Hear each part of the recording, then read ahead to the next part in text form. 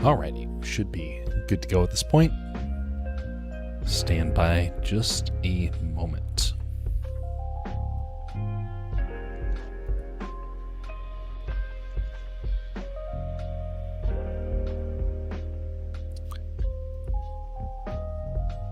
Okay.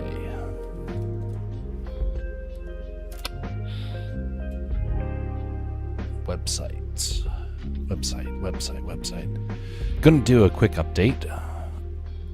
Just realized didn't get this all squared away. Okay. Accept website.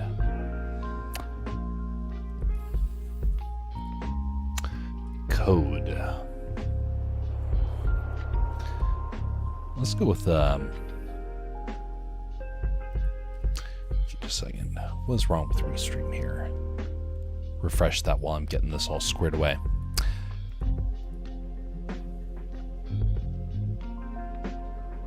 Okay.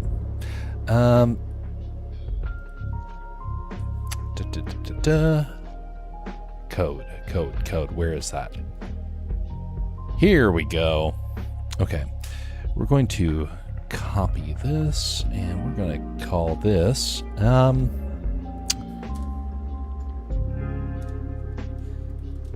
say this one is Lego, and we'll make this for 2.5 just for the sake of it.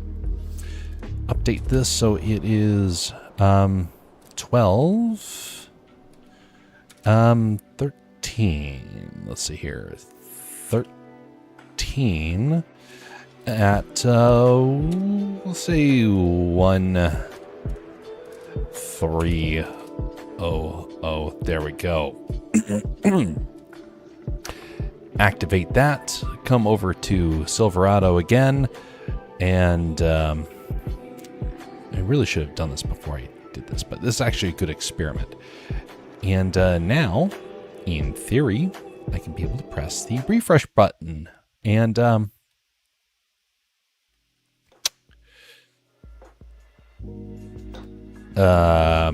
we go.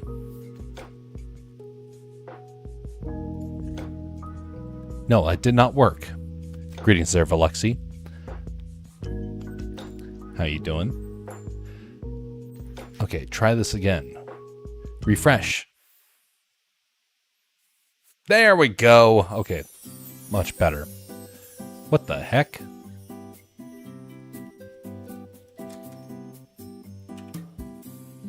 Oh, yeah, that's right. All right, come over here. Silverado. And let's play some DK tonight. There we go. Cue in 3, 2, 1. Much better. Now this is going to be a little bit quieter of a stream. Well, theoretically, that you never really know until you're kind of in it. There's a couple of ideas I want to kind of explore later on in the stream, but for now, we're just going to kind of just dive right headlong into it. By the way, I'm going to be updating something on the Discord in the near future. I'm not a fan of people kind of overusing the promotes stream area, and we're going to be figuring out kind of some rules for that in the future, because every now and again is fine. Every single day, it's finally grating on me. So we're going to have some new rules put into place. Worst thing about Indian food, says North Carolina native, is when it becomes out and food. Oh my. Indeed. How you doing, North Carolina native? How are things over on your side of the continent?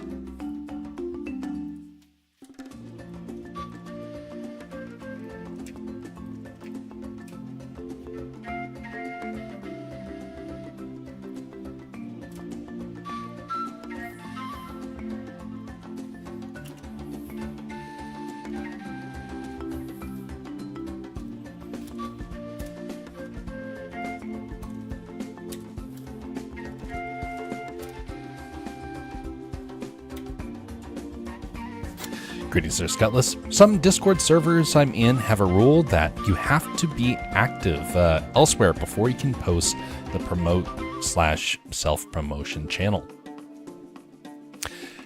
That is a very interesting point. Now, I'm not very familiar with Discord's sort of system. I understand the basics of it. I confess I'm not a pro at it. And so there's a lot of stuff that I don't really know that I really should be implementing. It's dark over here. The sun should be up in 3 to 4 hours. As well it should. Well, hopefully it is going to be a pleasant Sunday for you over there, North Carolina native. It has been a decent Saturday over here. Spent most of the day kind of walking. It's good to get the exercise. I needed it.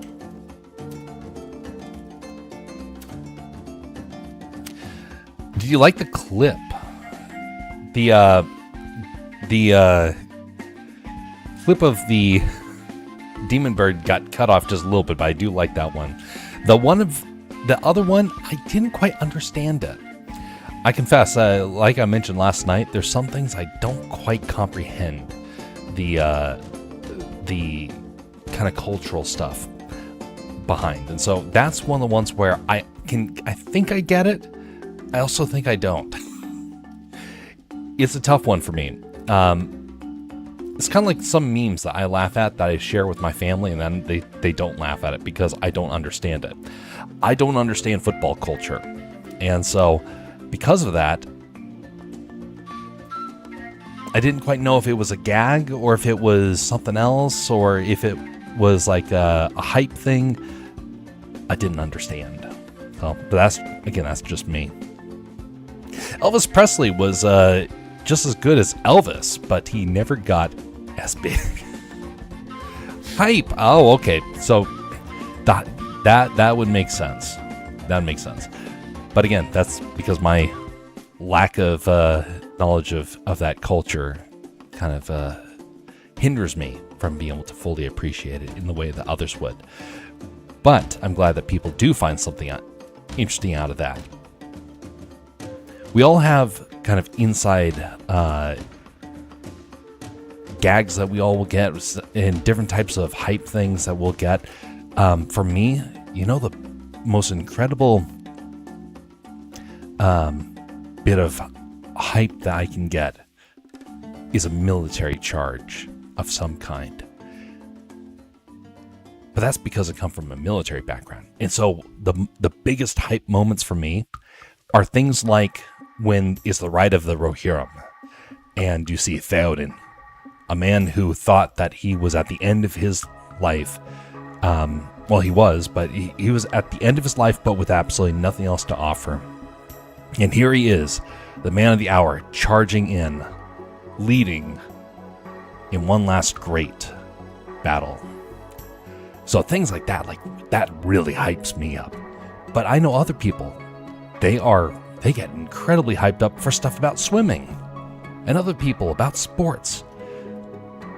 It is amazing to me. We all are made with a background that we all can really embrace and be able to bond over.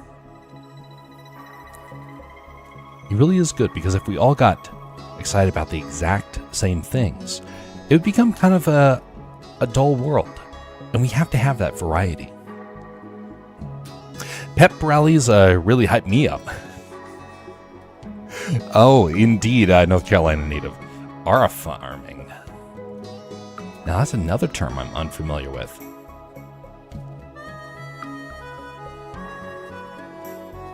I'm one of the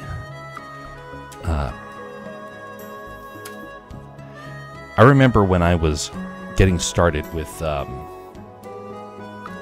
world of streaming, there were a couple of things that I just that my boss at the time was trying to get me to really lean into,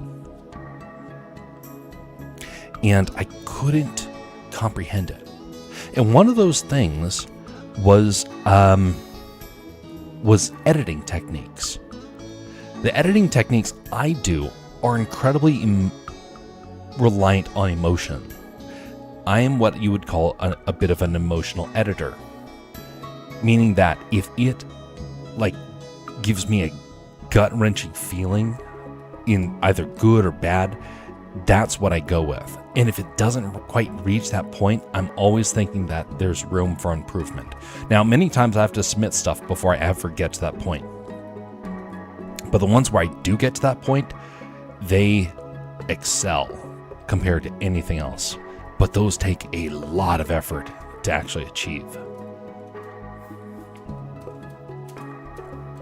But because it's a feeling, it's really hard to be able to pinpoint what it is that works. I'd be happy for a dad joke convention. Hey, I can get behind that. If any of you are familiar with, now I'm forgetting who is in which communities, but if you're in the Moonskull community, you're probably familiar with the fact that there are a lot of people that like to jest with Chrysanth, who is adverse to all sorts of dad jokes. And so thus it becomes all the more comical to get to tease her about it and try and get her to read a dad joke. I gotta say, I'm a big fan of a good quality dad joke.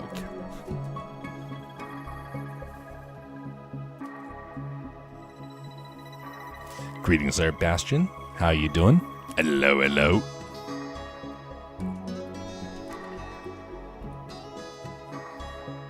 By the way,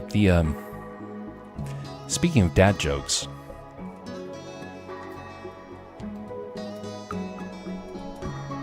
I never understood why there's so many people that are adverse to a good hearty dad joke.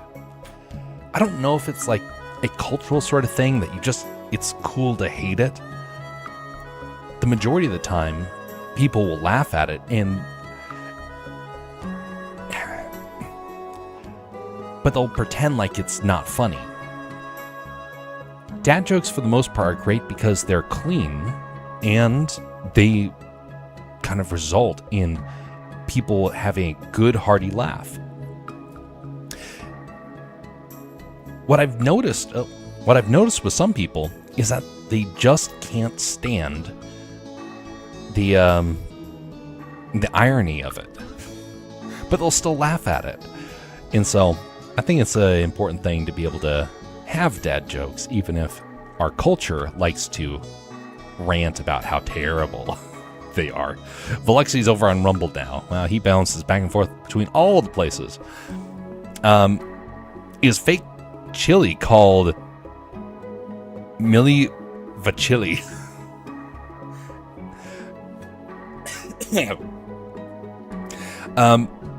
Did you hear about the dentist who got into a fight with the manicurist? They fought tooth and nail.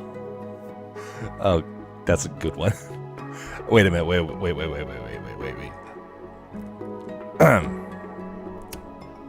That one deserves this right here.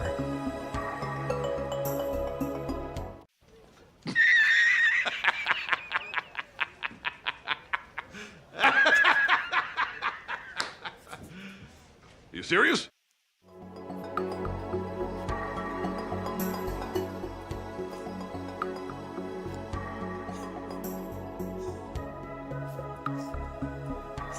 All right.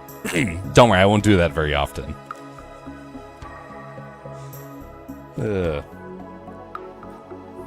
By the way, for those that don't know, that was utilizing Stream Radio, which is the replacement to a lot of the other services that are out there, because they never worked with my PC for whatever reason.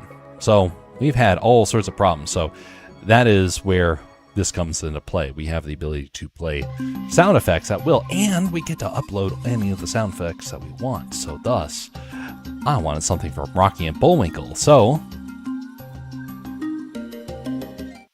Hokey smoke, Bullwinkle, look! Anyway, it's great to have a tool of control over the sound and music in a way that just wasn't possible in the past.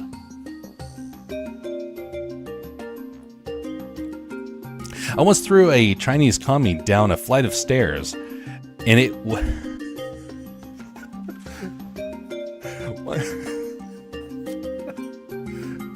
was Wong on so many levels.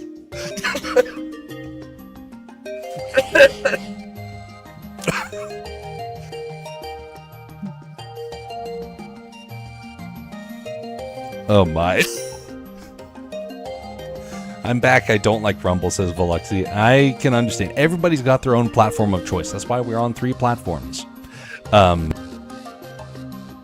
All of them have their pros and cons. One of the best parts of Rumble is it's got really good emotes. Like, just natural emotes. And I can have as many as I want. So, that's one of the best things about it. One of the best things about Twitch is they have channel points. Well, you know, when they work. The best part about YouTube is that people are the most familiar with it. So everything's got its pros and cons. Well, football, says Bastion, or football. By the way, interesting thing. Football is was originally had like a split name of soccer back in the old days. Now I'm talking about Britain because, you know, there's football over in Britain. They call it football, but actually back in the day it was also called soccer. Tell that to a Briton, they get very upset.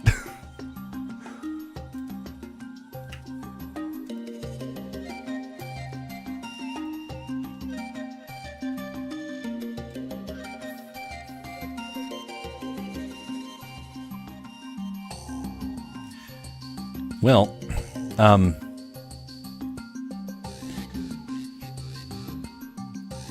the last few days I've been doing Blender animations, trying to get them all rendered out. And I tried a new technique, and I'll be showing people that want to learn this technique in the future. But it actually has made the renders start working again.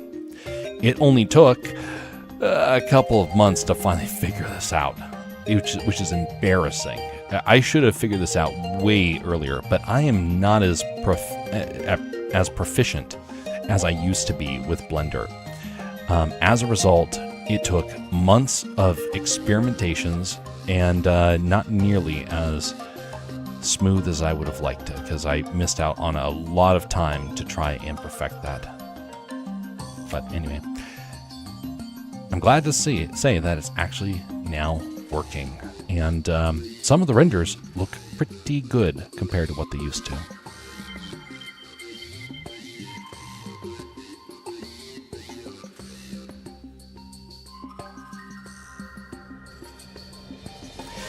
Is the one YouTube up like this stream?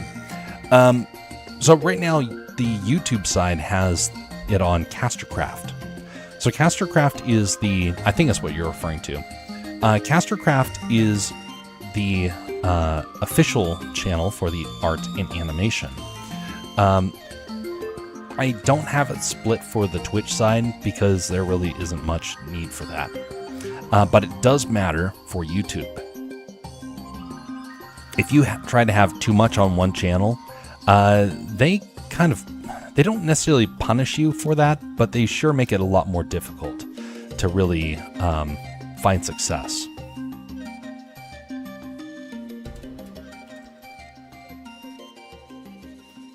Okay, why is go? Okay, change that to center.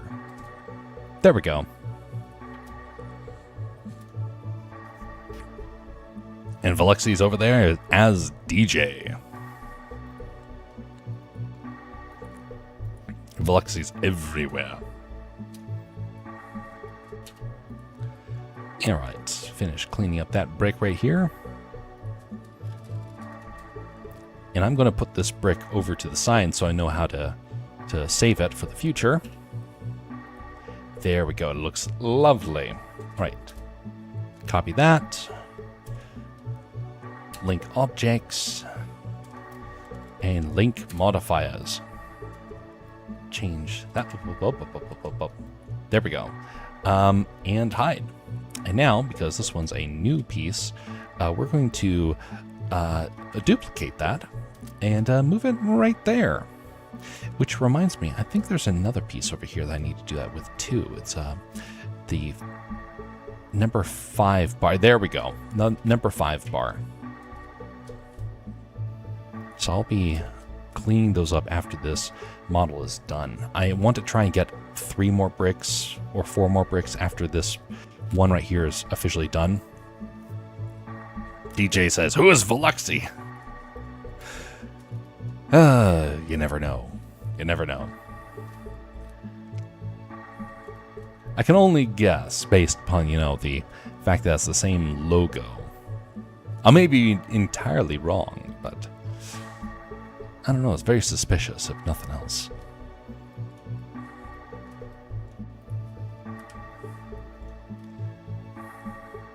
There actually was somebody a while back who was like had the exact same name as somebody else. Sorry, they had the exact same icon as somebody else, but they went by a different name. And no one realized that it was the same person until like 2 months later. It's really kind of strange, actually.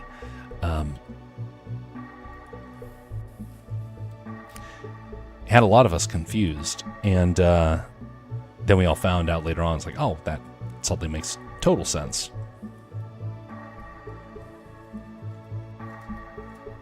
But let's see here. Forgot the account name. Yeah.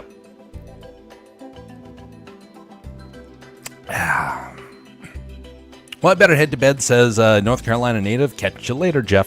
See you later, North Carolina native. Thank you for your jokes. They were very comical.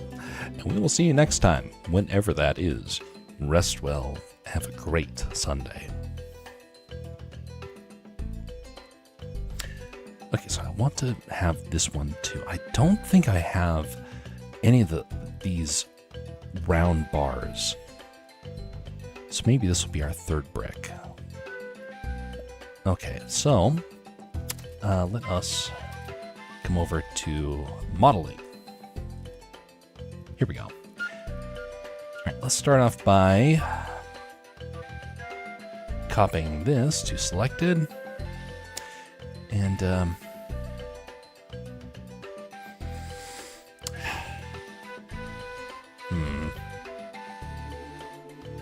wait a minute, I need another piece. I want to copy some of the elements.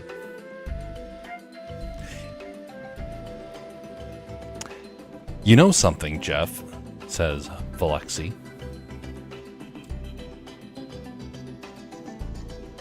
Well, something. Maybe not all things, but something. I know something.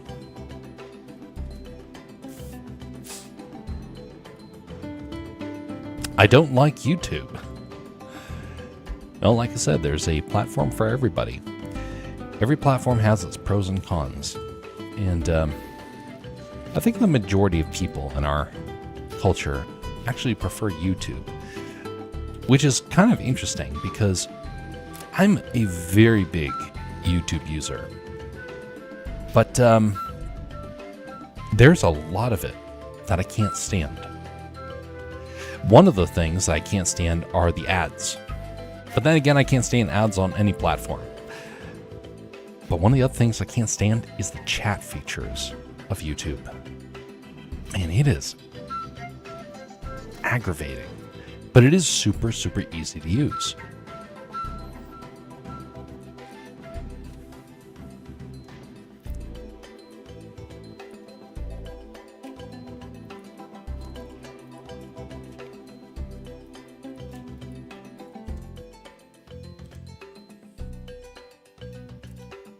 Better fix that scale there. Greetings there, Wicca. Wicca. Wait, is this Alaska Jeff? Very kind. Much appreciated. Greetings. How are you doing this evening? And I do believe I remember it as being Wicca, because I got it wrong in the past of saying Wicca, so hopefully I got it right this time. Wicca. Indeed. What have you been up to, Wicca?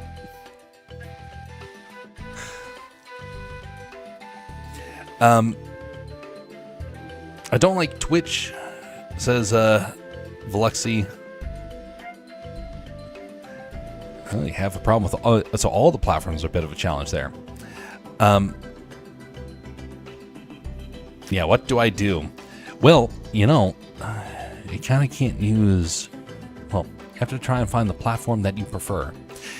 Unfortunately, you're usually restricted in one way or another. There's no platform that has it all. Which is one of the reasons why I couldn't stand Stream Elements, because it was so aggravating to me. It didn't have all the features I wanted. Finally, I got fed up and built it myself. I can't make a streaming platform, but I can make stream radio. Scutless says, I didn't look into it in depth, but I hear YouTube did something that really inconvenienced AI or something to that effect. Good if true. Yes. Oh my goodness. That is so very true, Scutless.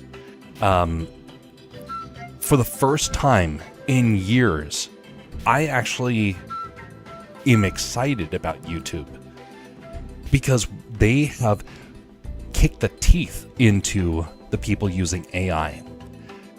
It is so good to see. They finally understand the damage that it's doing. People have been complaining. They've been losing customers left and right. AI has been causing a nightmare situation. And if you know about like the ElsaGate problems, what AI is doing is 2 to 3 times worse. I would say like worse than that, just because of how horrible it is. And so now they can just do it at free will. And they're the first platform to do this. What? YouTube sucks, says Wicca. I know. YouTube has been horrible the last couple of years. This is incredible. And if they can get this fixed, they will have done what no other platform is willing to do. And they're going to get a massive boost in popularity because of it. Rumble has to catch on to this. They need to clamp down on it. But they won't, because a lot of their people trying to use the platform right now are using AI. Go to their art section and type in non-AI art or anything else. You will be flooded with AI. I can't stand it. It's horrifying to me that they can't figure this part out. I emailed them. I'm over and over again. And it's flooded. None of my content is AI. That is good. I am bombarded with it everywhere. Every time I go onto Rumble, it is AI everywhere. And so I don't know what is going on. Some people like me get it left and right. Other people don't. It's a frustrating industry, and if they can figure this part out, like YouTube, I think they will have a lot of people flocking to them, just in the sheer desperation to get away from all the AI nonsense.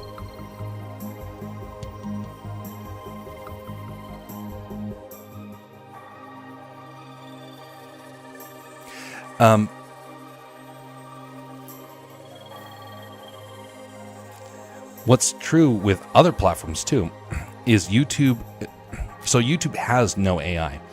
It does have AI, but for the first time, they've actually put in a rule that requires them to that's going to allow them to demonetize that stuff. A lot of those videos make a killing. And so I've not read all the ins and outs of it, but man, is it promising. I've never been so excited for the future of YouTube as I am now. And I got very frustrated with YouTube the last couple of years. And so for me to be saying that it's all because I've had such a nightmare situation with all the other platforms. That's the only reason why I'm at this point. If YouTube can get rid of all the bots, then they're going to have a level of authenticity that every advertiser is going to want. An advertiser doesn't want to advertise to a platform full of bots. Typically on Rumble, we have more bots than all the other platforms combined. YouTube will sometimes get bots, not often. Twitch will sometimes get bots, but they never stay. Rumble, for the most part, is always full of bots. It's always been 3 to 4 a stream. Now, it's not guaranteed. Like tonight, we don't have that. But I have noticed that as a regular. And then, of course, I get comments galore from them. And so I delete them on a regular basis. And I hope that they can figure this out. And people like The Quartering, for example, have been after Rumble to try and get in on this sort of idea. If they can do this, then they will be set up in a good position for competition. And then other platforms are probably going to suffer as a result. How are they going to differentiate it? I've never experienced that. That is interesting because, yeah, that is exactly the experience I've had on the platforms the last couple of years. When I first got started back in 2003, was it 2003? Was 2002 actually was when I got started. I started noticing that primarily with Twitch. Twitch was horrible with that. Now it's gotten a lot better, but a lot of the community has moved on to other platforms, in particular places like Kick or Rumble, or some of them have gone back to YouTube. And so the experiences of everybody is going to be different based upon the time they got started. For me, that was my experience. Bots galore. It's one of the reasons why in my bio I put in things like avid AI hater, because I got so inundated with the bots. I just said, enough. This is absolutely ludicrous. It was a huge problem. Still is. I get bombarded with messages from bots all the time on different platforms. Fortunately, they're starting to not happen as often. I think they finally figure out how to start to deflect it on places like YouTube and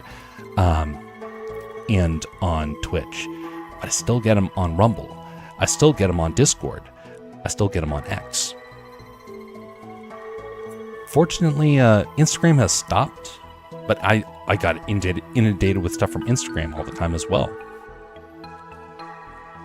In terms of AI, says Scutless, I've been toying around with Grok to get an understanding of its limits. It makes radically different answers to the same questions. It spawns info out of the ether, and when you question it, it spawns more nonsense to justify itself. Yes, beware the AI. Even putting the subject of people losing their jobs to AI aside, it's amazingly stupid and unreliable. Tis true. AI is a nightmare tool, and it is going to cause an immense amount of frustration for companies when they start to finally realize how unreliable the platform is. I find it hilarious just how bad AI is. But there's a lot of people that are going to lose their jobs as a result of it, sadly. And that very much concerns me because I don't want to see people have their lives ruined. But companies, for profit, they're willing to consider it. And that is most unfortunate.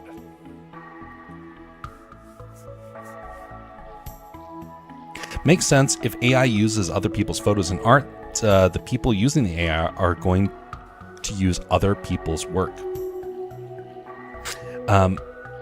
People using the AI are using other people's work, yes. Yes, indeed. Greetings, Elemental. How are you doing? How is your evening so far?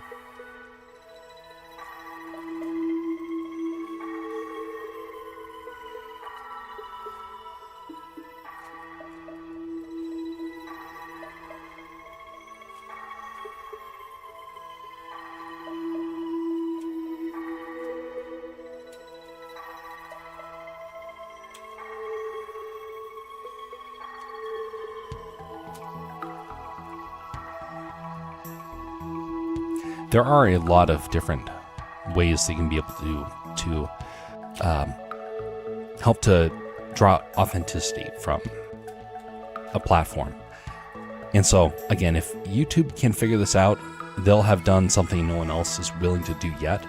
But I can bet that most people will start to pick up on that and start to improve it. I expect Rumble will be quick to follow. Maybe not super fast, but they definitely will follow suit with their own version, and hopefully they'll be able to figure out a new angle to deal with all that stuff. There are some stories about AI getting semi-autonomous, refusing shutdown orders, copying themselves to a server, etc. But I'm skeptical. I'm more inclined to say those are stories to straight up lies to disguise how dumb AI models are.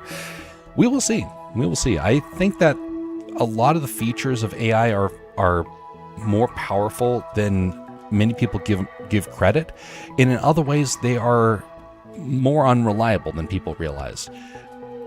Now, I have broken AI a couple of times just to try and see if I can trick it, and it's fairly easy to do, but my biggest concern is that you'll have people that rely on it so much that they're not going to be able to understand some of those limitations, and they'll start to put trust and faith into it when they really shouldn't.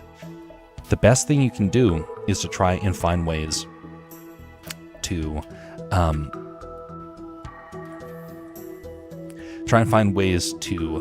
sharpen your brain regardless.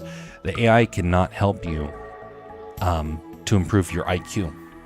You have to improve it yourself.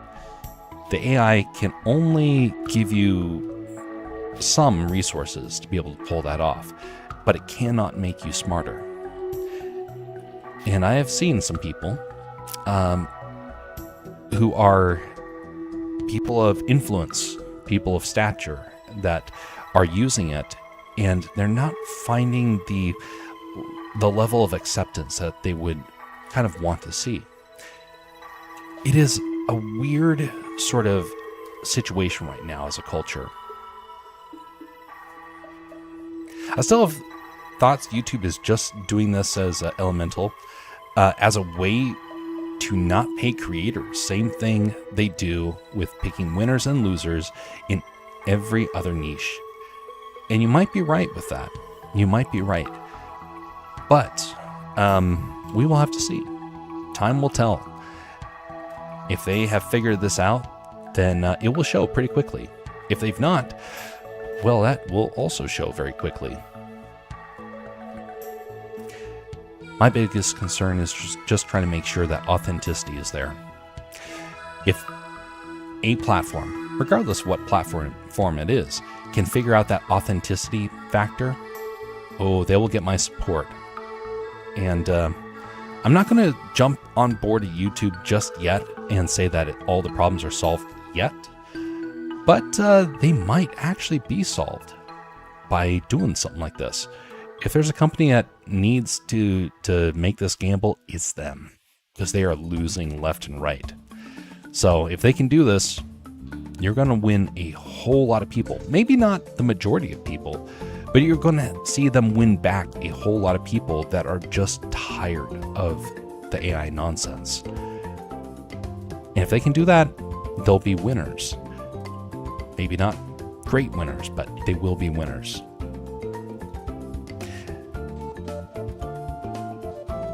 Just as long as it's just as long as it doesn't prompt people to get even more sophisticated with their AI stuff. Now here's a way that YouTube AI videos are causing massive problems. There are some channels out there where very, very real, that very important real world decisions are made off of what a YouTube video shows. If you have somebody scamming you with a lie using AI, there are people who have made massive financial investments as a result of that. Who is going to be liable for that? Is it the person who made the AI video? Chances are they're not going to listen. They're not going to care because they made their YouTube money and ran. The one you have to go after as a lawyer is the company that platformed it. That's why YouTube, I think, is probably more interested in wanting to do this. Because when you have people using AI to scam people, eventually the lawyers are going to catch up with you. And I think YouTube might be dealing with some of that. Based upon what I've been sensing, I may be right, I may be wrong, but I have noticed some pretty big decisions being made in the circles I'm around based upon the AI. That the AI videos there, and people don't even realize they're watching the AI videos. That's the real concern. So yeah, if I was YouTube, I would be very concerned and wanting to clamp down on that just out of a legal stance. Hopefully they're victorious. I really, while I'm not a fan of YouTube, if they can figure this part out, they will have shown more care to the matter than most other platforms. When I was trying to get started on the live streams, every platform I went to had a massive problem with the AI stuff. And people were saying that, hey, you know what? There's no way to be able to compete with it. I became very aggravated by that statement, and I decided that I was going to resist AI every step of the way as a result, because I was being told that, hey, your industry is over, you might as well find something else to do. It's like, oh, well, I'll learn different skill sets, but I'm not going to lose to a machine. I became very upset with that, and so thus I decided to start building my own platform. I also started to do everything I could to resist the AI, and that meant not using tools that used AI. That meant not using platforms that were inundated with AI. And one of the reasons why we don't stream onto X, for example, was we got massively inundated with AI. Bots everywhere. And it didn't take me very long before I'm like, nope, we're not using this platform anymore. Goodbye. And we jumped ship and instead went back to YouTube, because for the first time in a long time, YouTube started working again. We couldn't stream to it for about a year and a half just because there were so many problems. Anyway, that's some background for that.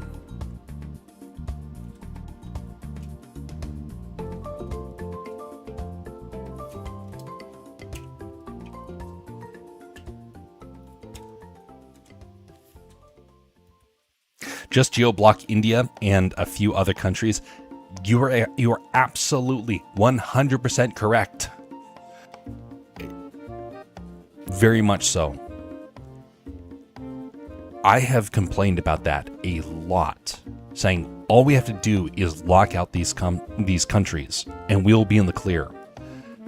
YouTube, though, and a lot of other companies make their money off of stuff India's doing. And I also think that some of the people working at the companies are actually from India, and so they don't want to do that. My personal belief on the matter. But either way, somebody has to lock them out of the system. It is ridiculous. It shouldn't be happening. And I think we might actually be able to get them to stop being able to contact us and scam our people. Probably if we can continue on the path that our country is on, if we're able to keep reshoring a lot of companies, we might be able to get around that. And because we'll just instantly know, is it from the US, is it not? And there's going to be government intervention to try and make sure that happens. Now, that could also be a problem because there are a couple of companies that are using American-based locations, and they're actually overseas. One of those companies, I'm going to call these people out because I'm so angry at them. All right. So I've been tasked to try and figure out some pins for the business I'm working at. And we had a company we were using in the past. They were American made. They were done here in the US. And as of this year, they're no longer building stuff in America. They're building it overseas. How do I know? Because I had to contact these people and verify, because we got a package that came straight from China. And it said, you guys advertised you are made in America. I went onto their website and realized, oh, they don't say made in America anymore. Except for one small area.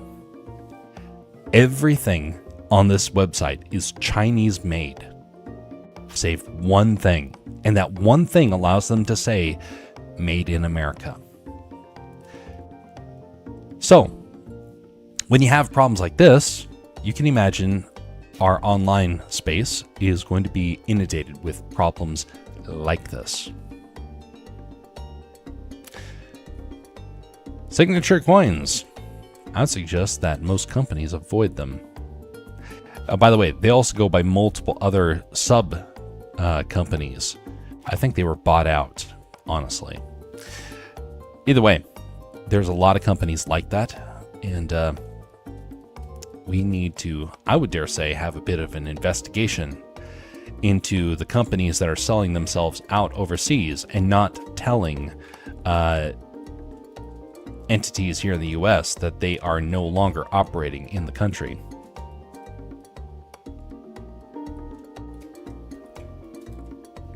There's another tool I got. It was an $80 tool, and it said made in America. I bought it. I brought it back. It was for my 3D prints. I looked at the packaging, made in America, big sticker right there. I opened it up. I pulled up the tool, and I saw the message, made in China. I looked at the packaging. I looked at the sticker that said made in America, and I looked closer, and at the very bottom it said packaged in America. Companies like that should not be allowed to operate, in my opinion, because they are using slave labor and then pretending like they were made by freedom-loving Americans. You can't have that. You cannot have that. That's corrupt. It's unfortunate.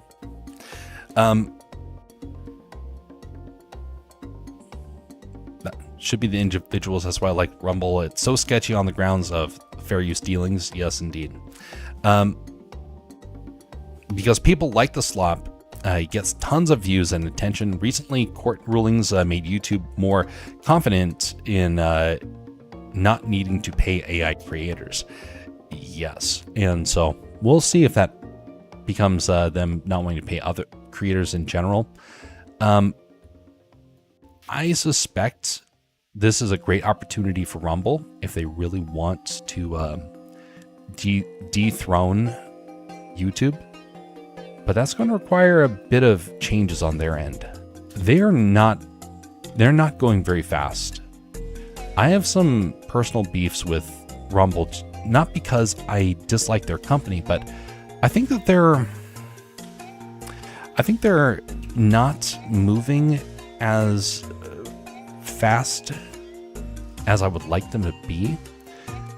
There's a lot of creators I know who are struggling with this, and some that are massive supporters of Rumble who are like, a lot of these problems are persisting.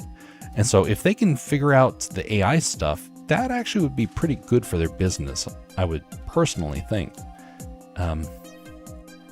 Again, we will see as time goes on if that actually happens or not. But I do know one thing. We're in a world right now that wants desperately for authenticity. We desperately want authenticity. And one thing I've noticed is some of the biggest companies out there don't want that to happen. They don't make as much revenue if people are authentic and genuine. Well, it's aggravating to me because I see a ton of people that are desperate for the joy of being around real people. We've been isolating people ever since really 2008. A little bit before that, actually, 2005, in my personal opinion. We started throwing kids in front of TVs and saying, don't go outside, don't be creative, just be inundated with entertainment, and that's it. Well, a lot of those kids are now adults, and they feel lonely beyond belief. We need authenticity. And then someone comes along and says, hey, the AI is going to be basically your best friend, and it's going to help you with all your projects, with all your work, all your schooling. And I say, nope, absolutely not. Because I know that down deep, humanity needs genuine connections, and AI is a disconnect from the real world. And so no matter what platform it is, no matter what form, I will always resist it just because of that alone. Rumble has stated recently that they've pretty much got the infrastructure figured out. Time for work on the actual software. We will see. Hopefully they are successful with it. It's one of the reasons why we are on Rumble, because I want to give them the chance to try and thrive. We will see. We'll see if they are successful. One of the things that does concern me a little bit is there's a lot of places on Rumble that are struggling to find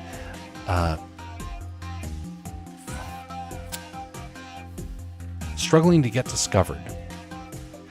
Now, over the last couple of months, the channels I have gotten better at being discovered, but there was a dry period of about 9 to 12 months where nothing happened on Rumble. Basically nothing. Now, we get more interaction on Rumble for the last month than any of the other individual platforms. That's new. That is 100% new. That has never, ever happened before in the last year. I don't know what happened. Maybe Rumble's software stuff actually got fixed and now it's promoting it. But for 12, not just, it was actually 12 plus months because I'm getting stuck on my time. It was, let's see here, 12 months plus, I think we're actually at 15 or 16 months. I don't have my calendar right in front of me, so I can't tell. But basically, since we started doing the multi-streaming, is when things started to get better. But it wasn't until this last month that things really started to increase. So it's hopeful. Maybe they've actually figured that part out and we are good to go. We will see. But I do know that every platform has its growing pains, and I think Rumble has had its fair share. I think they're starting to get their feet under them, and I look forward to seeing what sort of new innovative stuff they start to do now that they kind of have all that stuff figured out. But success is never guaranteed.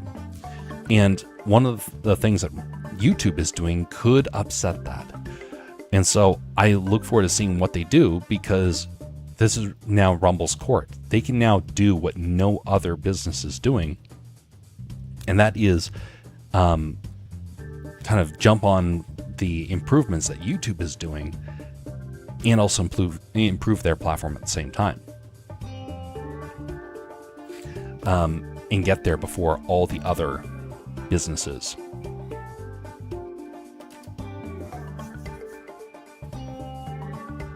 I get the most amount of strangers in my chat on Rumble, but you say a year. Perhaps the bots are talking. Indeed, that might happen.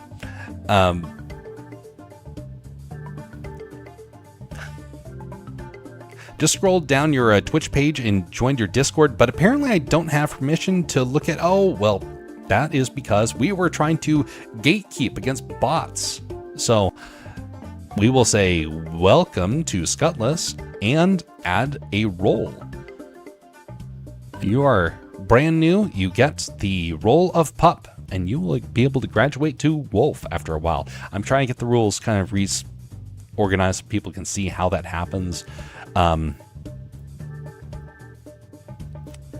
Right now, though, there is just one thing, and that is for you to message me and just mention if you are the general decade that you're in, because we've had some problems in the past. You're in the clear, I'm fairly certain, but just so I know, like, general age range that you're in. Am I considered a bot, says Freddy? An AI bot. Greetings, Freddy. How you doing? Actually, I think, Skutless, weren't you part of the Discord a while back? I have for whatever reason, this feels very familiar.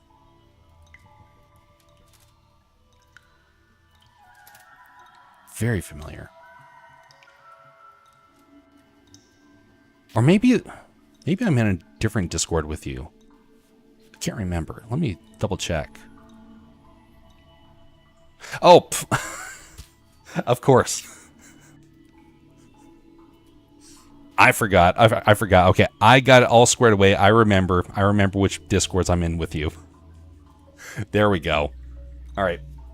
I can verify. You're upgraded. Man. My brain is just shot.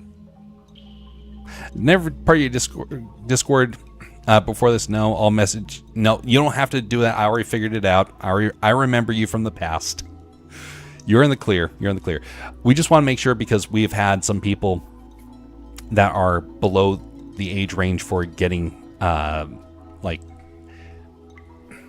for communication purposes because of how the Discord's set up. I'm not very good with figuring out Discords. So right now, that is my way to figure it out. If you are a pup, you have the ability to have access to stuff and to be able to use the Discord at will, but you can't jump into the voice calls. If you are a wolf, you have that ability. And then if you're an alpha, you've just been around for a while.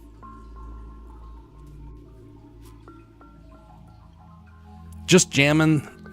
Gonna lurk a bit until I fall asleep.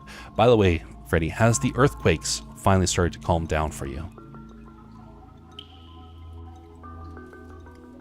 Hopefully you haven't had any other big ones take place over the last few hours.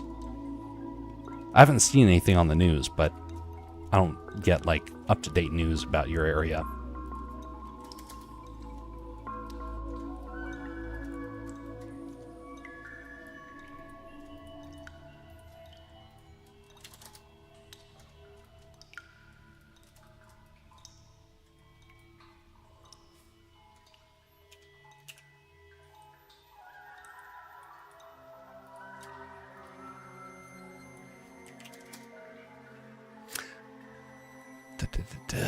Let's see here. Double check something.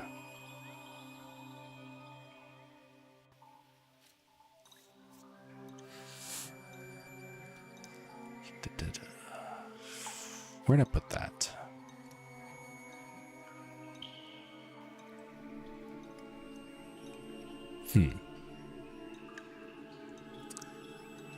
No. Okay, I can't remember where I put that. We'll ignore that.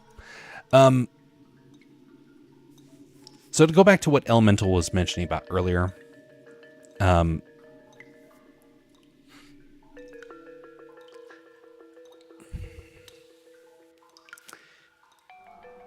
think that what happened with Rumble is that, so on Twitch, they have a bot that is required to be in your stream. Technically, it's like showing yourself in there. That's all it really is. I think Rumble has that too, but it's at the number 3 or 4. But there's a couple of times when that would get higher. There was a time where it got up to 90,000. That was the most I've ever had in any video, and I had it on Rumble. And I thought for certain there was something about it that just made me a little curious, and I couldn't quite put my finger on it, but I knew that something was off. Well, turns out it was mostly bots, because there was all the views, and it happened in increments of 100,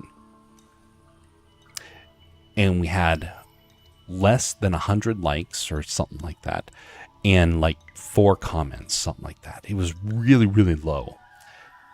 And that was a big indicator to me that Rumble had a bot problem. It got better. They got rid of a lot of the kind of loopholes that the bots were utilizing. But then the problem started to occur again. But it wasn't nearly as bad as it was that one time.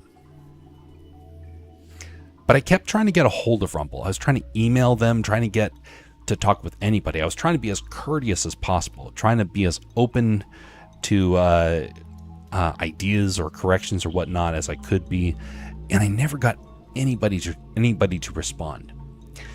I even contacted Lumpy Potato, and he responded about that stuff. He's like, "Yeah, you're dealing with bots," but I could not get anybody from Rumble to respond. And it was very frustrating, because I just wanted more than anything just to get rid of to get some tools to be able to deal with bots. And I just wanted one thing alone. I wanted people that were going to be chatting to have a 5-minute requirement, that their account had to be around 5 minutes for it to have been created for them to chat. That's a fairly easy thing to do. How do I know? I built that. I built that tool. I code websites on the side. of which right now you are currently listening to the website that I built for the replacement for Stream Elements, because Stream Elements didn't work for me. And so I did this as a way to get around that. So thus I had some ideas I wanted to propose to them.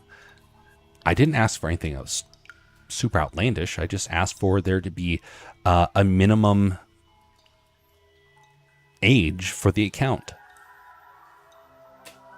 Couldn't get any response. Not one, which is unfortunate.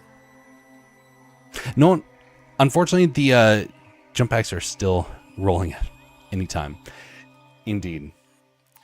The well, hopefully you don't have to deal with any more of those earthquakes there, Freddy, and hopefully you have some good night's rest for to be able to recover from that, from the stress of those few days.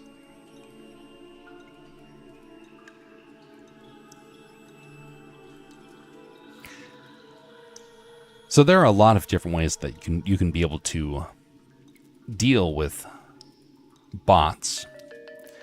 And I've heard a lot of great ideas out there. But one of the problems of bots is that they inevitably get more and more sophisticated. They're very hard to be able to counter. Now, it's not impossible. And I do think that there are some creative ways that you can be able to go about solving the problem. But there was one idea people put out there that I was just absolutely not going to have. Someone said we all need to have a digital ID. And I was like, nope, nope. I know what happens with stuff like that. That is a form of tyranny. And so even though I want to fight the bot problem more than anything, I don't want to do so at the expense of freedom. So, as a result, I would be willing to try and figure out some other ideas to how to solve that stuff.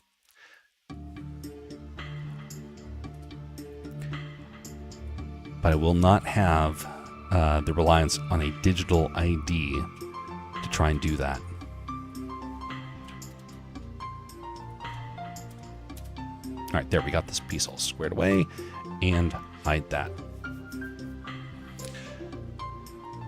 It's important to be able to have authenticity, though. For most folks that I know, they're kind of in the clear for that sort of stuff. They don't have to worry about the authenticity side of the internet. But if you grew up with the internet and it's all you know, and then you find out that your best friend that you were chatting with was actually fake, in one way or another, it was somebody impersonating someone else, or it was an actual AI, which is a very real possibility nowadays. How would that affect you psychologically? I don't think we've actually considered the depression and the panic a lot of people are going to have in this next decade. There are a lot of people that already have a sense of frustration and anguish over the fact that they feel that nobody can see them, that nobody cares about them. What would that look like if now you have the ability to fake an entire person?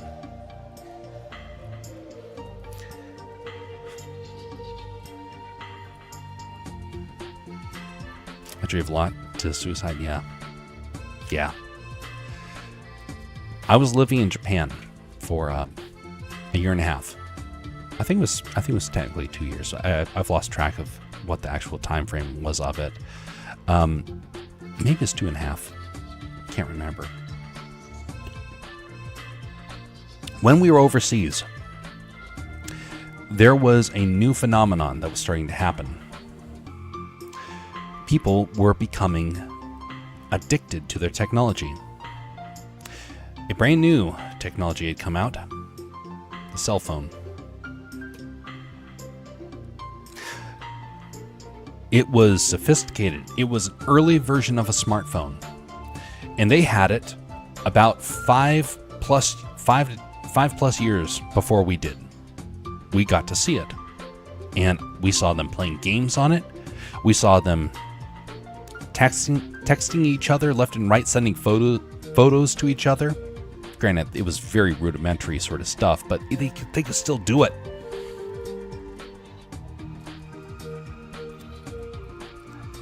And we started seeing the first news articles coming out of people in their depression ending their own life.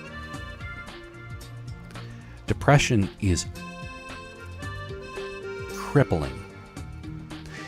And we usually don't consider the way that something is going to impact another person until it's too late. Technology is a wonderful thing, but not if it destroys another. We may feel like we benefit from it, but what happens when a friend of ours deals with it in a terrible way? The Japanese news articles that we saw were mentioning just that. A student who became depressed. A young man who was a professional who got depressed. They turned to their technology, and one day it wasn't enough for them, and something broke.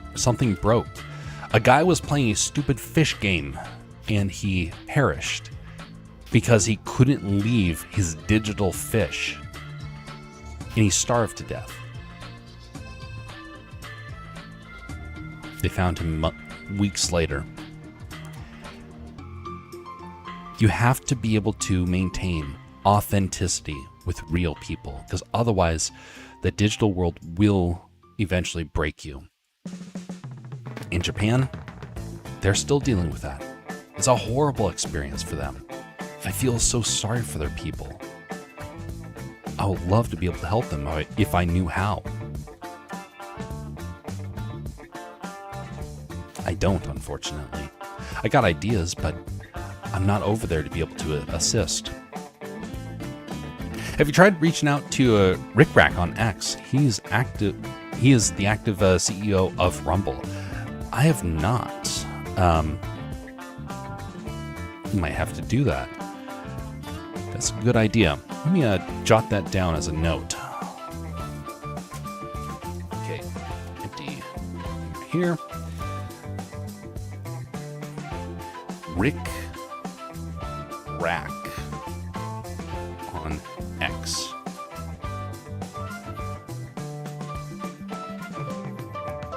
Good idea. Give that a shot. But anyway, so people were suffering, are suffering. But now the problem isn't just in Japan, it's here in the US. And we have to realize that AI is going to cause an identity crisis with a whole lot of people. And so thus we need to maintain that sense of humanity, because our culture desperately needs us to. Sure, you're not going to be able to stop companies from wanting to use AI, but you and me can be able to impact our local communities and make it easier for the people around us to thrive and to not feel lost and depressed. I've been hearing a lot about of Japanese people are currently prioritizing gambling for anime girls over important life stuff like food and whatnot. Unfortunately, that's not just the Japanese. It's kind of all over the world these days. Yes, it is. One of the problems is lack of community.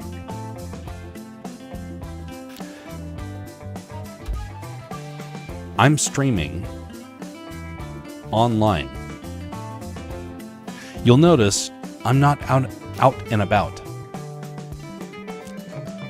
One of those reasons is because there's not community up here. This is my way of trying to have community, even if it's a little bit. I was after some people who are streamers, trying to figure out ways to help give people ideas for community building. And it was because I see this as a big problem in our culture. People who desperately want to have community, but that they don't know how to get started. And one of the most basic things, people just don't know how to reach out to others, how to be able to find other folks to be able to have that sense of community.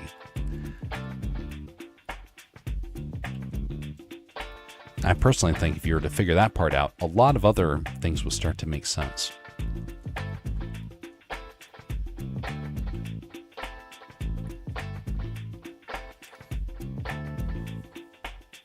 I think we should try and try helping people that want help. And I do see an argument for AI being similar to the hormonal birth control banning argument, as it gets it's heavily contaminated. Community is a tough one. There are a lot of people like me that, due to health, have significant trouble interacting in real life. Okay, hopping off. Sleep is attacking. Rest well, Freddy. We'll see you next time, whenever that is. So let me mention about a guy that I got to meet a while back. He was somebody who was struggling with ways to just interact with anybody. He didn't grow up with the ability to really connect with folks. He grew up online. And his parents said, well, when we were kids, we would go outside and play. Well, when they were parents, they didn't let their kid go out and play. When they went to school, the culture started to harass them, and they were like, well, we'll just bottle up. A lot of kids were medicated, and so they lost motivation. A lot of them were ridiculed, and so they just shunned themselves so that everyone else didn't have to deal with them. And so we come around to them being adults, and so thus they don't have anything other than people say, well, just go out and meet people. But if you go out and just meet people, there's no one out there. Or kind of like what Elemental mentioned, many people have health issues. How do you work around that? Well, there's a couple of ways. And one of those ways that I have personally seen is local involvement. But that's a really hard one. Let me suggest this idea. Right now, during the weekends, I spend most of my time at a coffee shop. There's very few people that go down there, but I still interact with people. Not all the time, but I still interact with a couple of people here and there. It gives me a chance to be a part of a community, even if it's very minuscule. There are some people that get worried and they don't want to leave their house. I refuse to stay in my house because I realize that this is a very real problem in our culture, and I want to try and resist it every step of the way that I can. Because I realize that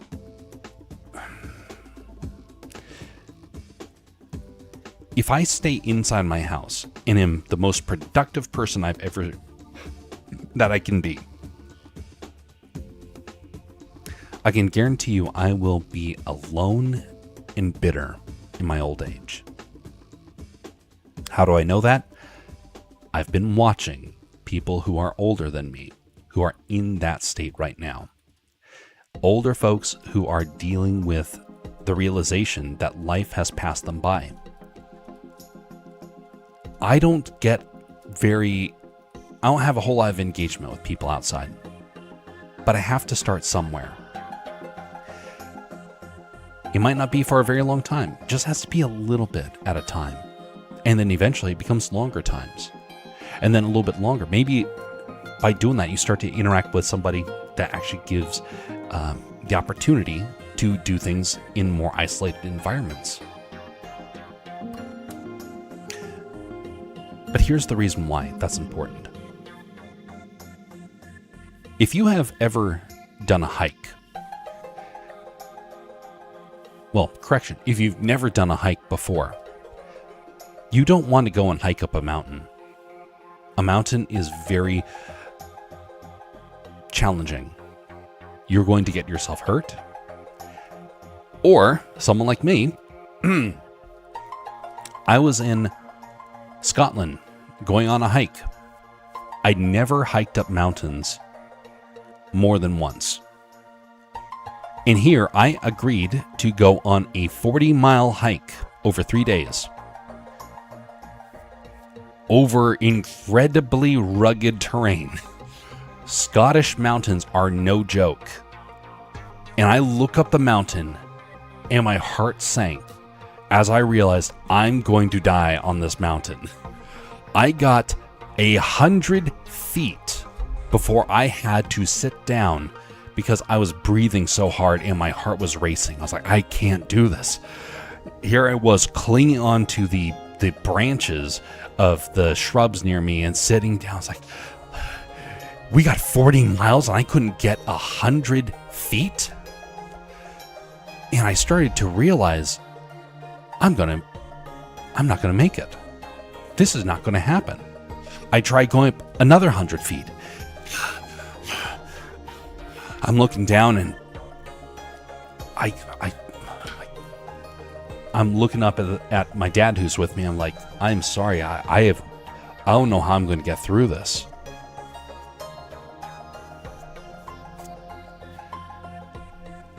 About 10 or 20 breaks later, we reach a flatter area of the mountain and we can start climbing in a much easier pace. And suddenly I'm not going 100 feet. I'm going 200 feet. And then I'm going 300 feet. I did it in small bursts. I would go for a few feet and then rest. I was not used to it. By the end of the 3-day hike, I was walking faster than my dad. I was hiking faster than my dad. Stamina was built up, thankfully very quickly. But it didn't happen until the last day. So suddenly, the 40-mile hike became doable. But it wasn't at the start.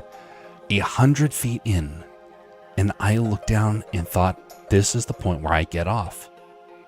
I was ready to jump ship at that very moment.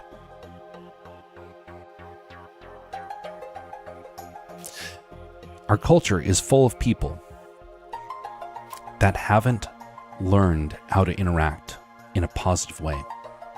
And in some ways, you'll never be able to learn. There are some things that I do not know how to do.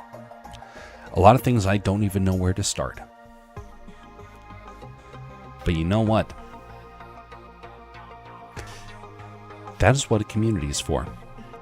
Slowly but surely, people start to come alongside you, and somebody else might have an experience that you don't have, and they can start giving you tips and tricks. But you all have to start somewhere, and eventually build up. Like a muscle, it takes exercise, it takes practice. We as a society have to work together if we want to solve this problem. And it is doable. It is doable.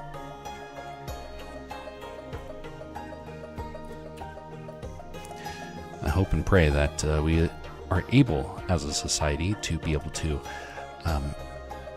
really solve this problem. But there's a lot of people out there that don't want it solved.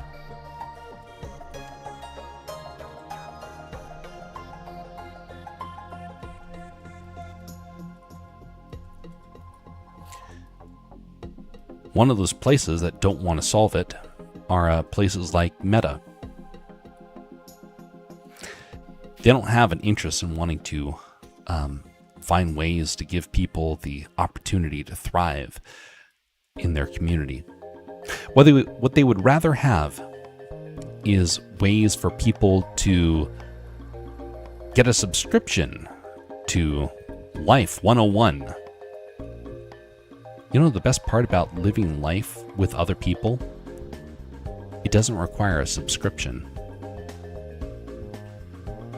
That's one of the reasons why you're not going to see me trying to promote a sort of paid tier sort of concept. Now, there is a YouTube channel that I did work with that did do that, and I saw what that did to folks, and I was not happy with that. But we live in a culture that thinks that we have to get subscriptions for everything. But what we really need is just a group of friends.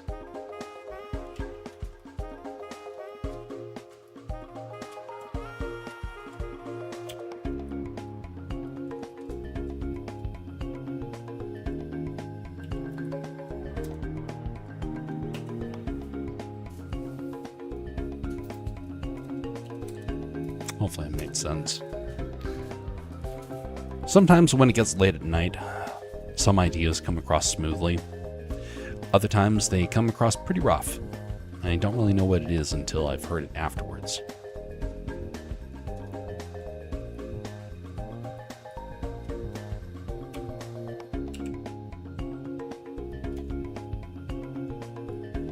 Okay, now why is that happening?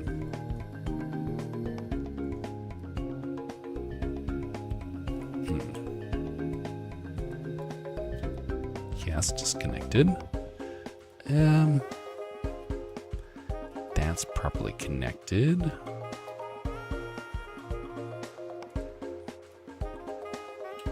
That's correct. So it's this one right here that's causing problems.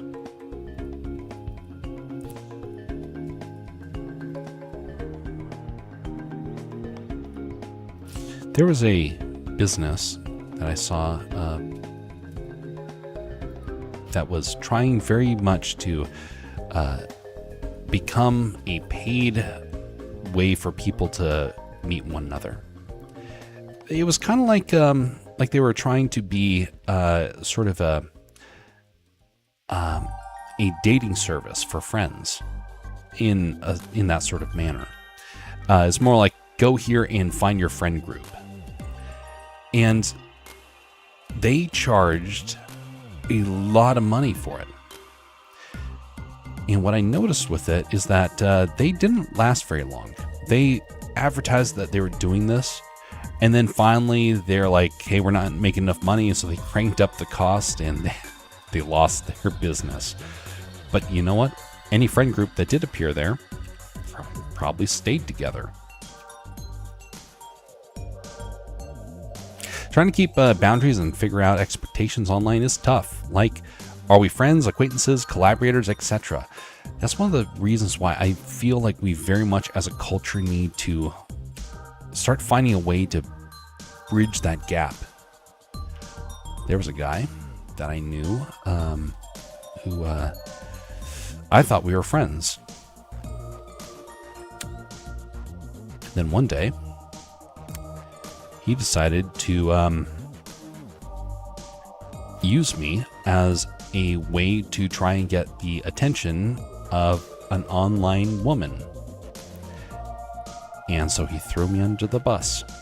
And suddenly the friendship that I thought we had turned out to be the process of being used.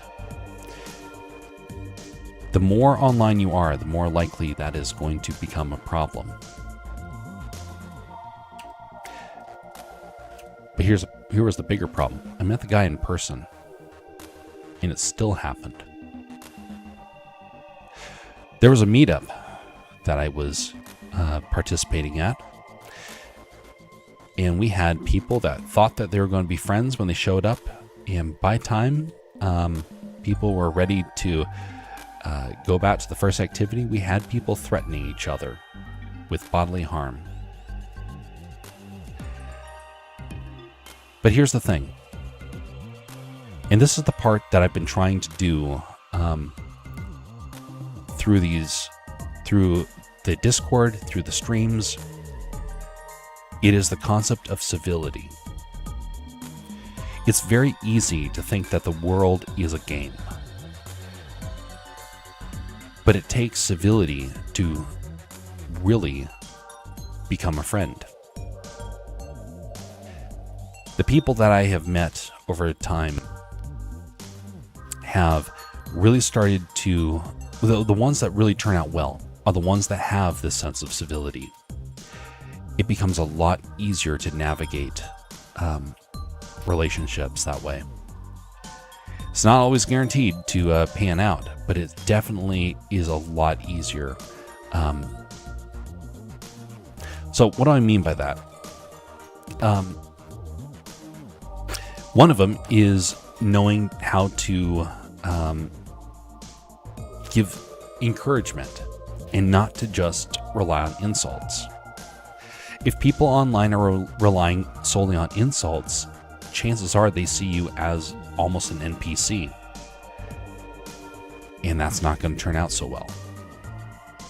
If someone can give you encouragement, chances are they're actually going to be good folks to want to meet one day. But the best way to be able to learn that stuff is to start interacting with those folks in real life. There are some folks, part of the community that I was a part of beforehand, the one where I had the bad interaction. There's a group of about 5 guys that met up at that event, and they became lifelong friends. Very close. They do everything together online, and they meet up now about twice a year. That happened as a result of a meetup.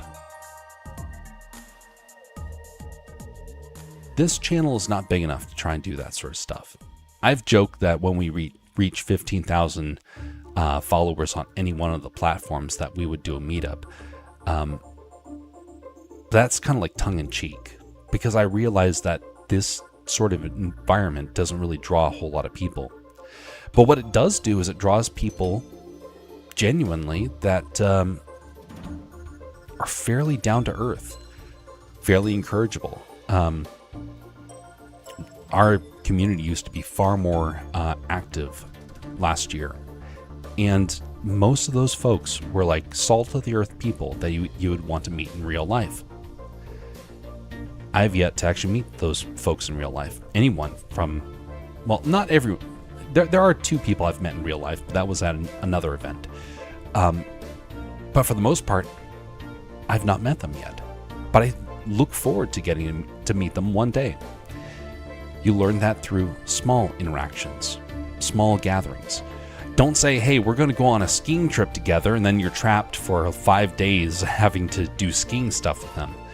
You have to find gentler ways to be able to start interacting with folks.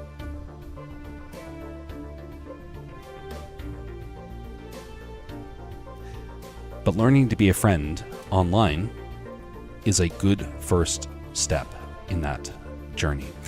And a lot of people don't even know how to do that.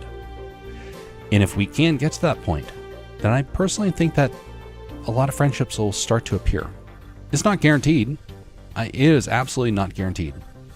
I've been doing this for years, and the number of friendships I've met and I have really forged online I personally would say is fairly minimal, but that's because my tier for my evaluation of what makes a really solid friend is really, really high. Everyone else is in the acquaintance to kind of a neighbor category. So I think most people are in these that are in the streams, that are in the Discord and things like that. I think of those people as part of a neighborhood. They don't have to be a hardcore friend group. They can just be a neighbor. They're a digital neighbor that we interact with and get a chance to hear their life story and get to encourage one another when we get the chance. But the type of communities I can't stand, and this is the one that I had big beef with the owner of the previous group.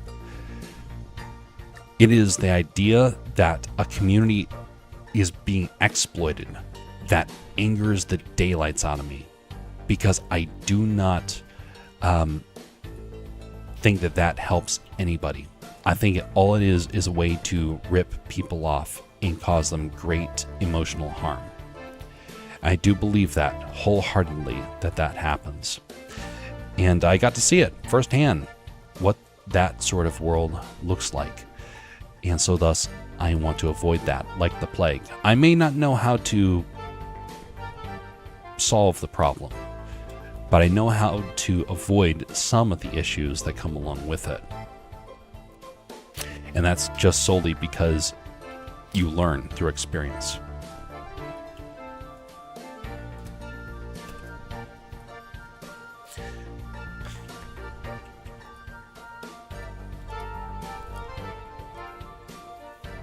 There are many times where I am reminded throughout the week to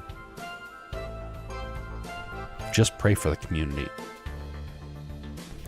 We have people that come and go. A lot of folks, I don't know what happened to them. I try not to to bother people, because a lot of people, they do come and go. But I don't try and hound them to try and find out what's going on with their life. When people are ready, they will come back. But there are some folks out there that they actually are engaging to the point of where they can be able to just reach out to folks in a moment, and it goes very well. I'm not one of those people. Not because it makes me nervous about that, but because I actually have had a lot of people that are like, yeah, I didn't want to hear from you.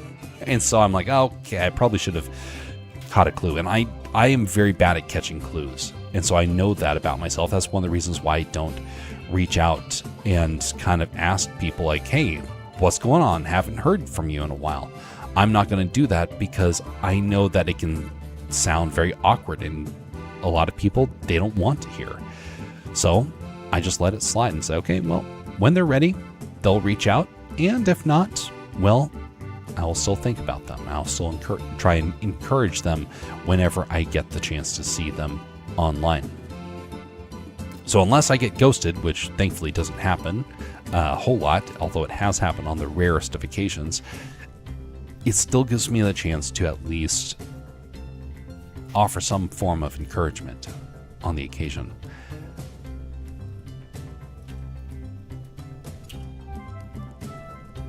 But we got to learn how to be a community again.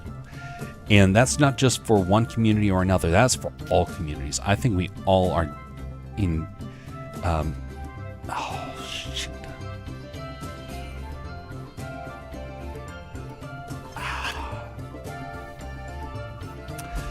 Phooey. Wow.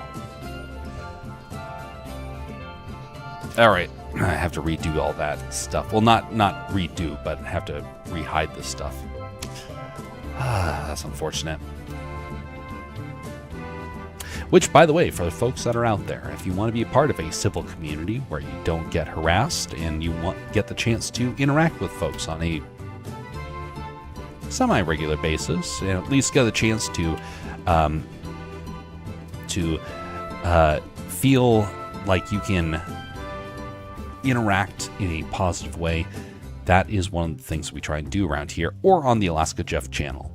And so if you're into that sort of stuff, well, then we welcome you around. And if not, well, then we still welcome the amount of time that you give to these channels. If you would consider liking or disliking this would be a very helpful thing, because I'm not going to try and say that you have to like it. I realize that some people are not going to like it. We've had some people are very passionate about not liking what is kind of done around here. I realize we're not going to be for everybody. But I am going to try and offer something for people that kind of have been dealing with some of the nonsense that happens online that I have personally seen and got to interact with. And so, that is going to be for people like that. And if you are a part of that world, then great. And if not, then thank you for giving us some of your time all the same. And hopefully you find something of meaning around these streams.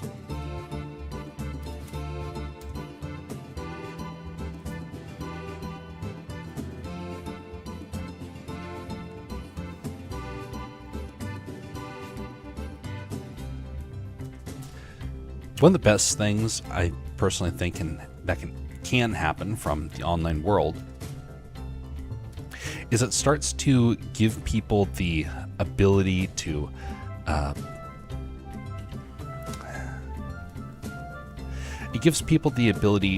stay connected over the years and over the miles.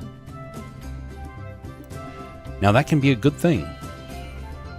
It can also be a very problematic thing. Some of the worst ends to friendships that have happened for me have been because of online. It really does grieve me in many ways because there are some quality folks that I've known throughout my life. And for a misunderstanding online, they suddenly lash out and they say how much they hate you and how they never want to see you again. And then you're left wondering, what did I say? Problem of being online, you can't walk down the street and ask them how they're doing. They've cut you off. They've blocked you. There's no way to figure out what happened. If you want to try and win friends and influence people, that's not how to do it. But our online world has encouraged us to do that to such a degree that it has destroyed a great many people. Now, I've had the blessing of getting to rebound from stuff like that. I learn from it and try and move on. It doesn't solve the problem in the sense that it doesn't get rid of the challenges that you encountered. It doesn't get rid of the harm that can be done. I still hope I get to meet one of my friends who, actually two of my friends, who said on Facebook, "I hate you so much." And they cut off ties. And I still have no idea what that was over.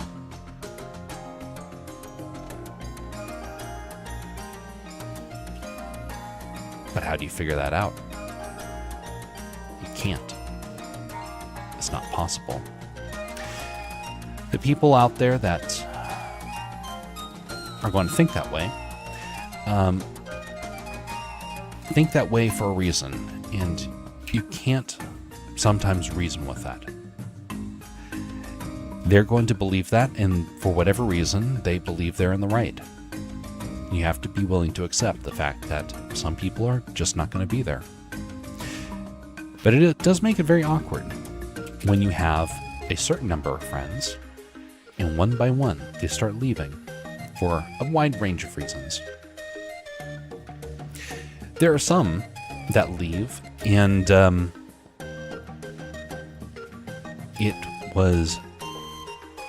is the rarest of occasions when you actually encounter them again, and then you get to hear their life story. And now this is the good part of the online space.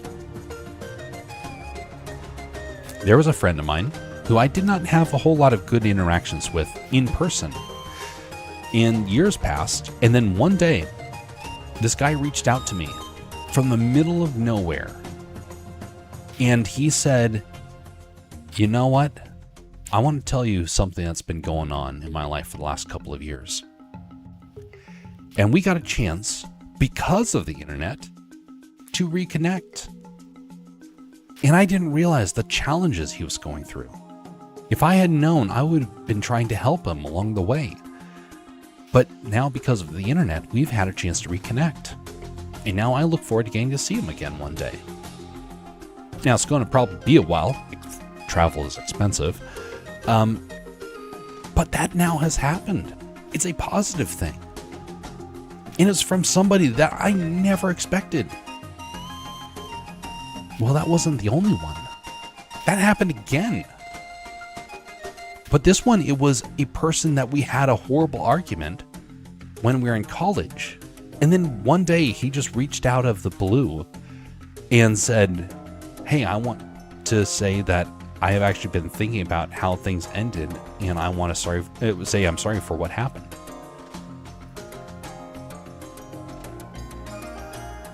Now we're friends again. But for the friends that cut you off and you can't even contact them again, that becomes a lot harder. The moral of the story, try and be a friend to as many as you can, and always keep a door open for those that need it. Because you never know. Someone may need to reach out to you one day. And if you cut them off, well, think about what you would want. And start to realize that maybe somebody else is dealing with a challenge and they may need your assistance. For me, the number one way, says Scutless, my friends have ended is that the friends want to get his or her way on something and reveals that they're open to bullying and harassment to get their way. Yes, a very big problem, especially on online spaces. My conscience isn't open to that. I criticize them and the friend pretty much instantly calls off the friendship because I pull back on them just once. That is such a common problem these days. That is incredibly frustrating, there, Scutless. Very, very common.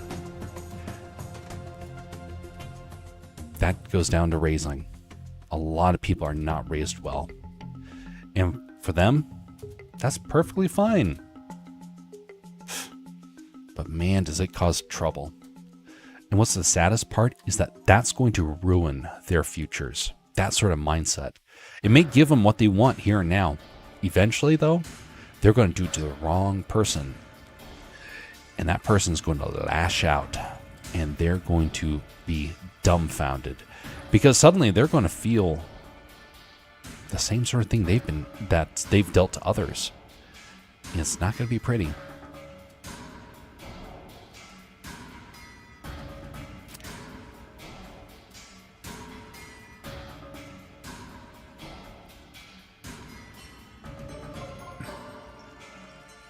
There's one part about this whole thing that I still find baffling. And that is the issue of loving one another. There are a lot of people in this world that do not want to show any sort of attachment because it hurts. It does hurt to have people that you care about who suddenly reach out to you one day and say, I hate you so much. Or, like Scutless, that tried to harass and bully.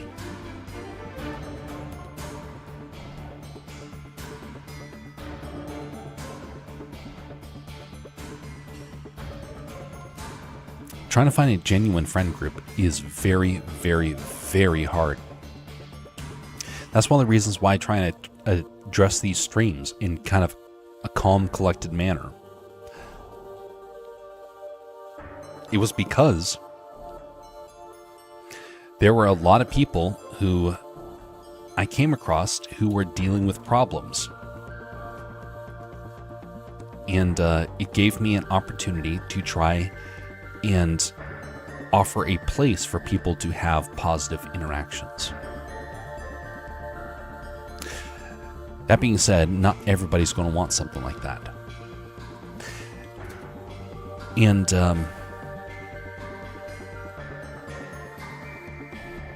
one of the biggest problems that I've personally encountered with online spaces are the people that treat everybody else as if they are sort of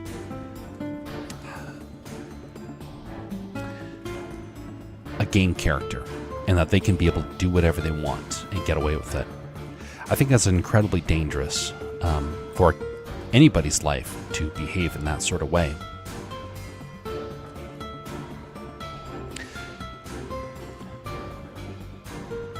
It's hard to be able to find out who those people are. The best way to do that is through reputation.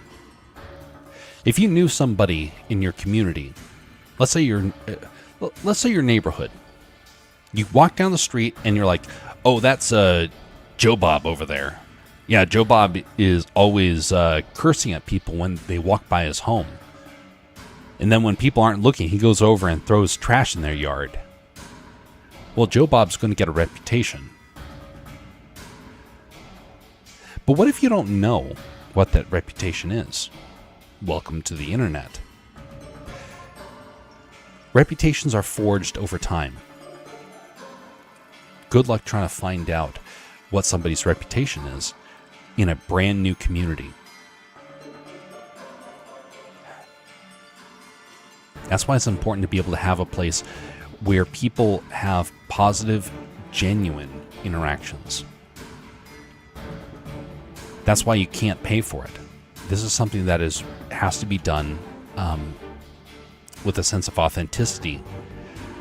And most places want to try and gatekeep. They want to make it a business. And they don't want to solve the problem, which is just people wanting to have an opportunity to interact with one another and have a little fun. They want a chance to be able to go out and spend time with folks at the local bar or whatnot, but they can't do that. They want to go down to the bowling alley together, but they can't do that. They're all on online spaces. Now we can solve that a little bit at a time, but it's going to take effort, and unfortunately, a lot of people don't feel comfortable with that sort of prospect.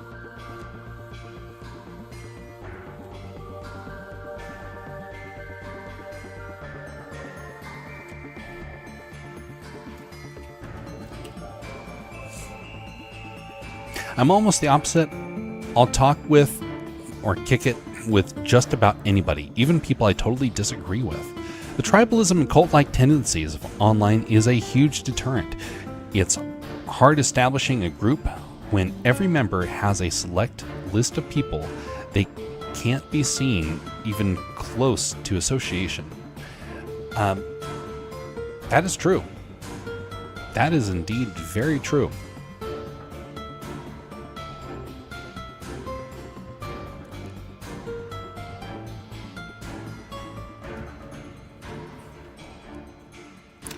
The larger the community, the harder it is to be genuine. The older the community, the harder it is to break in. I think that's probably for the best in some ways. If every community was super easy to try and break into, we might think that would solve all the problems, but it doesn't actually.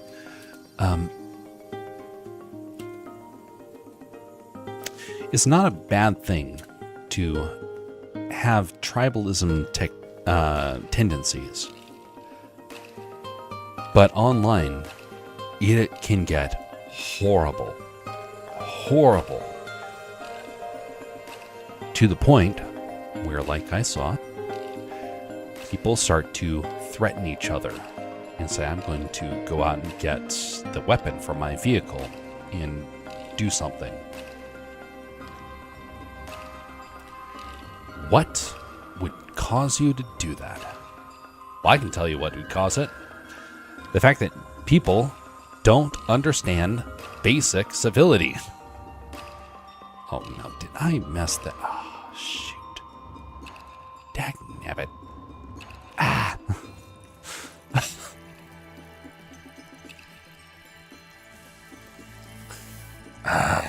Okay. Copy. That's...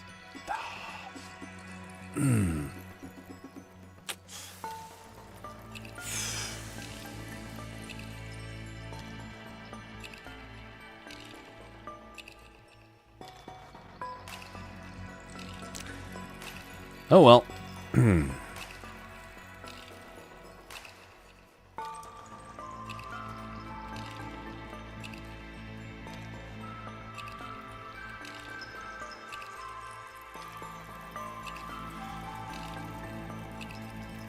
Sometimes I get so focused on an idea that I mess up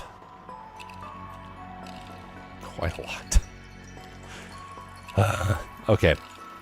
Oh well, that happens. Duplicate. And...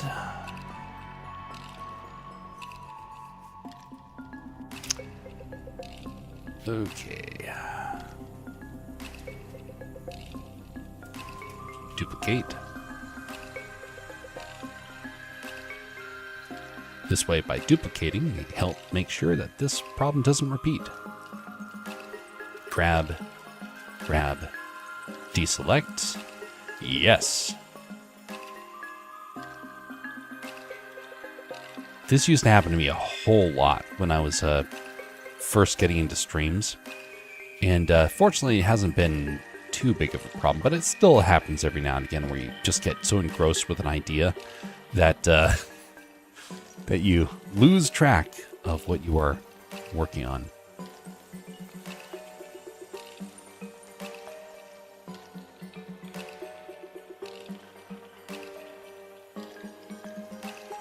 There we go.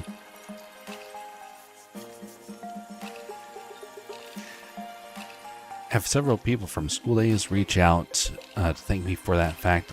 Likely, like I have my opinions, but if you're respectful, you'll vibe. Being able to stand your ground, especially in the face of adversity, is very, very important. Sadly, you won't always get praised for it either, which is frustrating, but it is indeed kind of how life is. But being able to... One of the challenges that is trying to find people that are willing to listen and learn. And what is going on with this? This is fine. Let's go with center. Sometimes it glitches like this, and I don't really know why. There we go. Double check the bottom here, and yeah, that's good. Delete. And there we go. Okay, that part is back. And there are problems of that in here, but you know, we're just going to ignore that because the brick piece will still technically work. It happens. I'm going to get myself some more water. Be right back.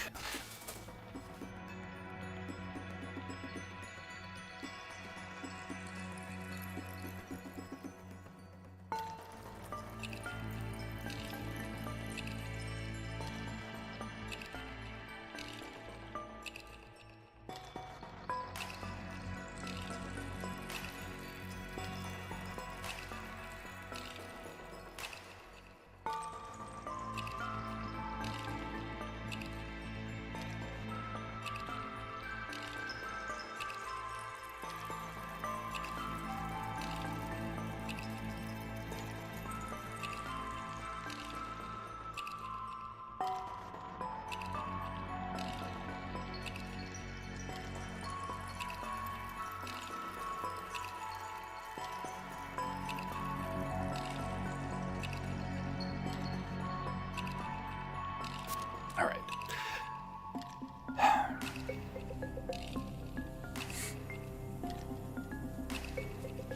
Here's a question. If you were to see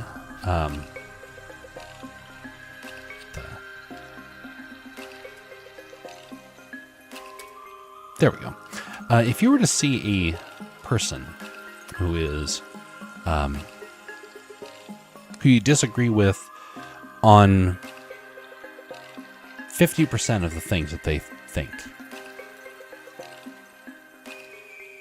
would you The piece was right there. Oh, the piece was right there the whole time. Wow. Okay.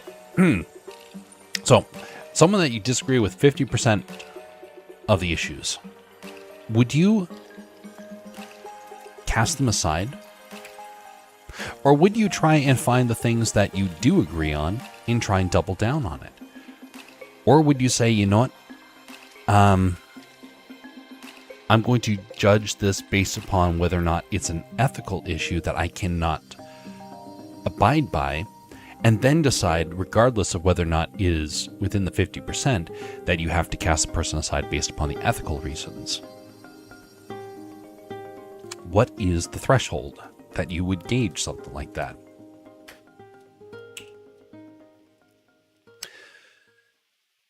There was a guy with the YouTubers that when I was working with them that I disagreed with on about 90% of all entertainment. If it was an entertainment idea or a movie or book, I was guaranteed to disagree with this guy. 90%. It was hilarious to me because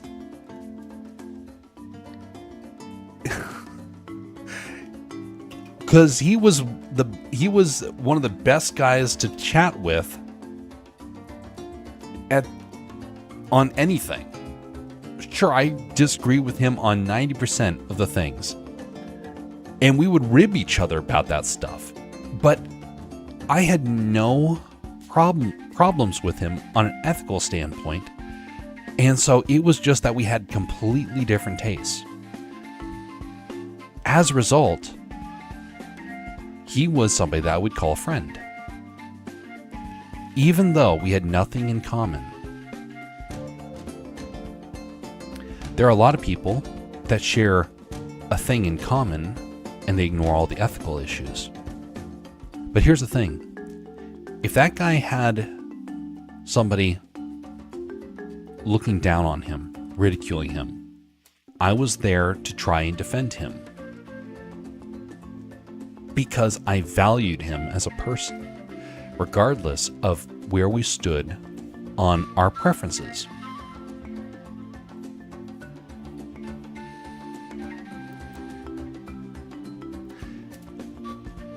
In my experiences, you have to be able to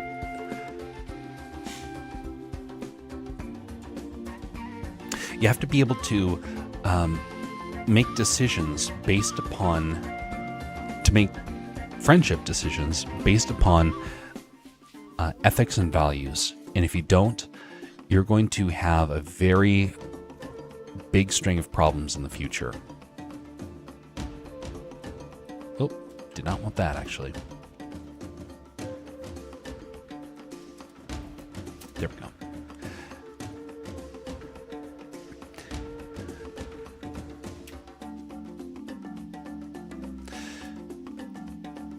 Whereas his friend, I disagreed with on ethical issues. His friend. I disagree with his friend on ethical issues. And I agreed with him on entertainment issues. I don't interact with that guy anymore because his issues are fairly dark. It made it a lot easier to interact with the guy I disagree with on all entertainment things than to deal with the guy that I disagreed with on deep ethical issue. That's going to happen in life, and you have to be willing to accept that there are people that you're going to encounter like that. I think it depends on the topic of the person's perspective. My thing and likely key is I don't take a lot seriously. Most things are subjective, making a clear objective impossible, allowing for ease with letting it brush off the shoulders. Now, I can completely understand that, and I can respect that sort of approach. As a result, you're probably going to have a pretty easy time trying to interact with folks. And as such, you will have a chance to probably have a lot of positive interactions. I'm a deeply, deeply polarizing guy. You either love me or you hate me. There's very few people over time that find that they kind of like sometimes agree or disagree.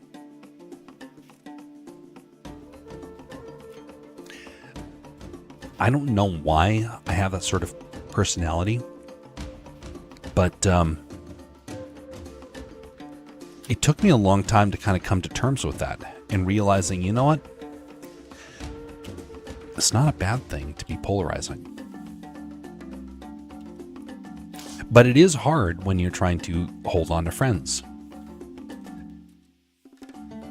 One of the reasons why these streams are fairly small is because early on, back when I had the support of big time streamers, I said some things that really did not mesh well with people. It was deep ethical issues that I took a stand on.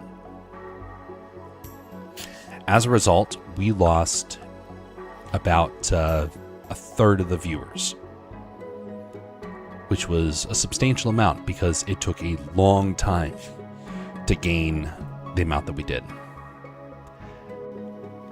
Only recently have we actually crossed that threshold again. It took 2.5 years to regain the people that were lost.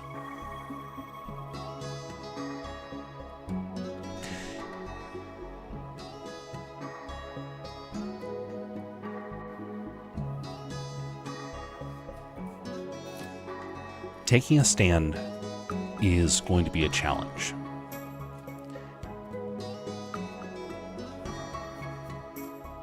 As a result, many people in our culture don't like to take challenges and make a stand, because that can be that can make a lot of people's lives very tough. Now, you should always be willing to do what is right, regardless. But I knew some streamers who were willing to do pretty bad things in order to get views. One of them, though, came to realize that he couldn't do that anymore. And one day, he snapped. And all the streamer friends that he thought he had to back him up instead decided that they wanted to humiliate him in the process. And he went from one bad decision to another, desperately trying to win people back. He was trying to win his friends back, and it wasn't working.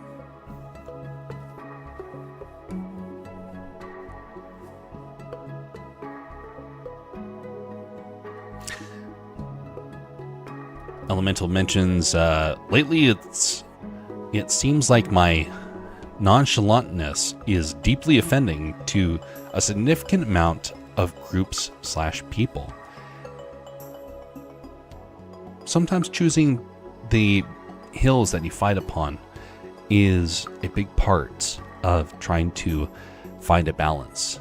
And so, if it's something where you're convicted, then it's going to happen naturally.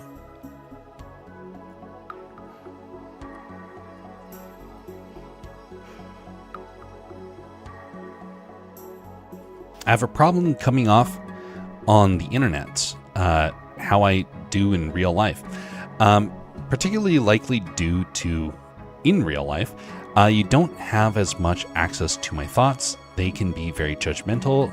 Doesn't mean I hate or want to see the people suffer or fail necessarily. By the way, for the people that have been watching these streams for a long time, you might notice that my voice has changed a little bit.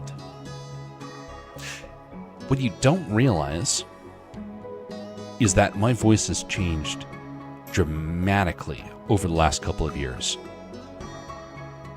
When I was putting in for my first jobs, I was applying for a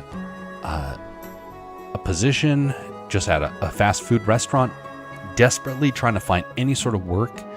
And the manager came up, and I took the interview, and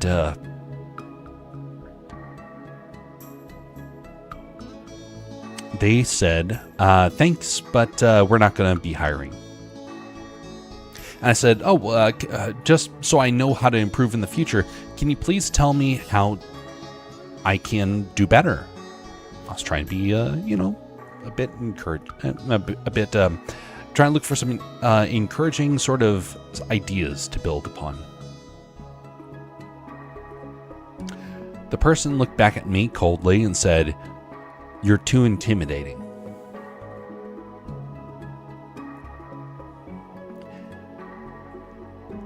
I was already having a lot of problems trying to get friends back then. I was having a hard time trying to get a job. And then the person that I was talking with bluntly said, "You're too intimidating." Now that ate at me, because I thought for certain that I was being engaging, that I was being friendly. And suddenly, I had someone who finally admitted what they didn't like about me. And I found out from some friends later on that everyone else thought I was intimidating. Now, it's hard to tell a person's size on the internet. I am 6'4". I've been big for a long time.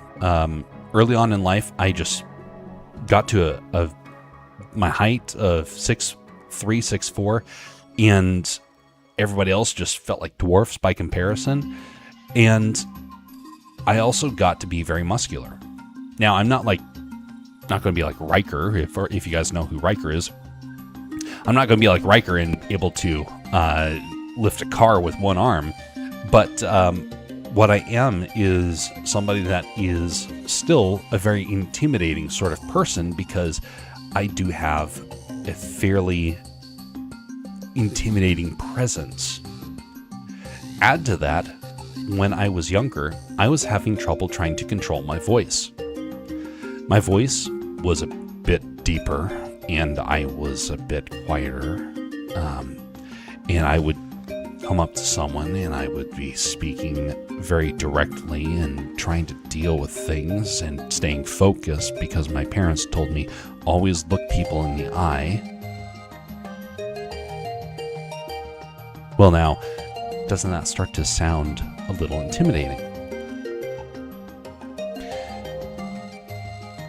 So that ate at me, and I started looking at myself in the mirror, and I started trying to find ways to improve.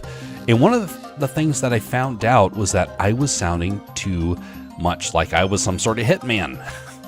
And so when you're going from, "Hi everyone, I would like to try and help you," to be able to do to come here to this restaurant and order something, it starts to sound a little intimidating. And by the way, it's hard for me to go back to what that actually sounded like, because I've spent so much time trying to lighten the way that I speak.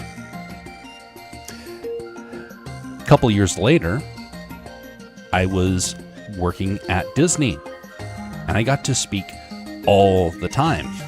And I was interacting with people left and right, and having a great time, getting a chance to have positive interactions, and people were excited to be around me. But not everybody.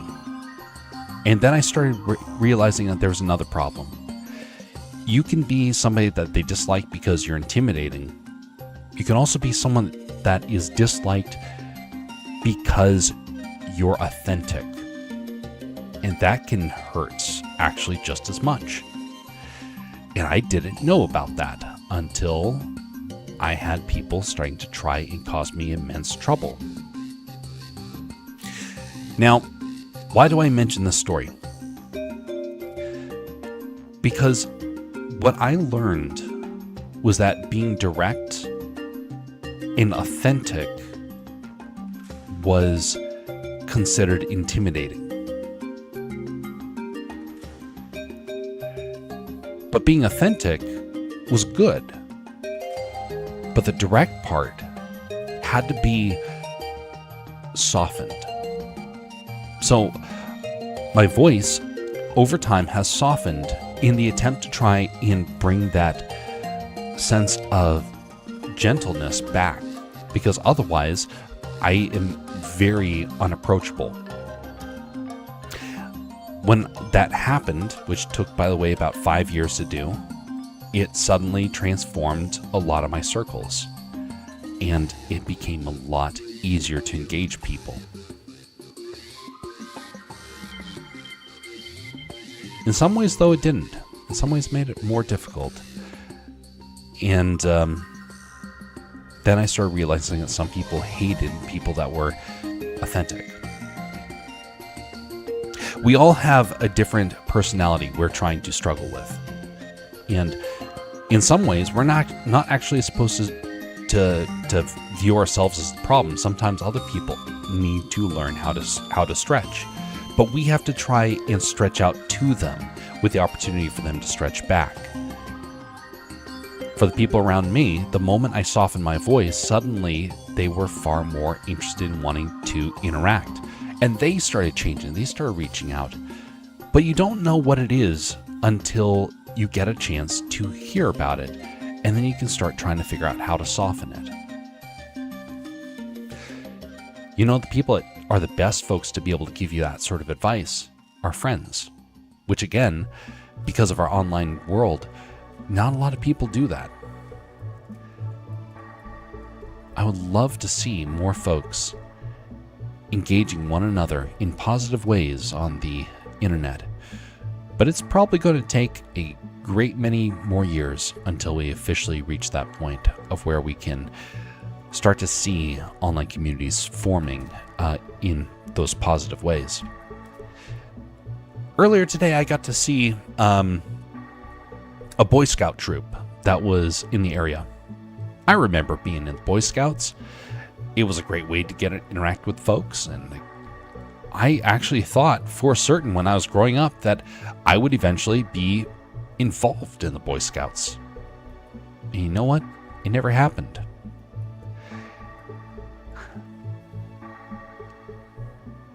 But that was an area where I could have actually engaged people.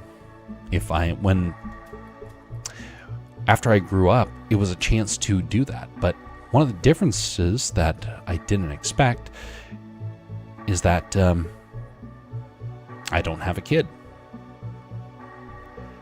So then when you realize, hey, I expect I'll probably be doing the Boy Scouts in the future, like helping lead a troop, it becomes a lot more challenging when that is the case. And then people start to look at you in a bit more skepticism. And you're like, you know what? For the betterment of the folks here, I better not do this.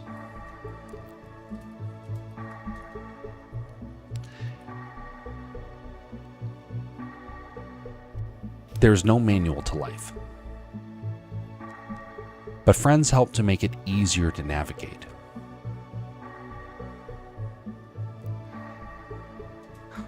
The last story I'll mention about were some friends that I knew who the most difficult thing they were struggling with was the fact that it felt like nobody cared about them, and they were very discouraged. And you know what was ironic is that nobody was willing to be their friend except for me. They all were trying to exploit one another, trying to get the leg up on each other. and nobody trusted one another. By the way, that is the world of entertainment for you. They were all actors and actresses. They didn't trust one another because to them, everybody else was competition.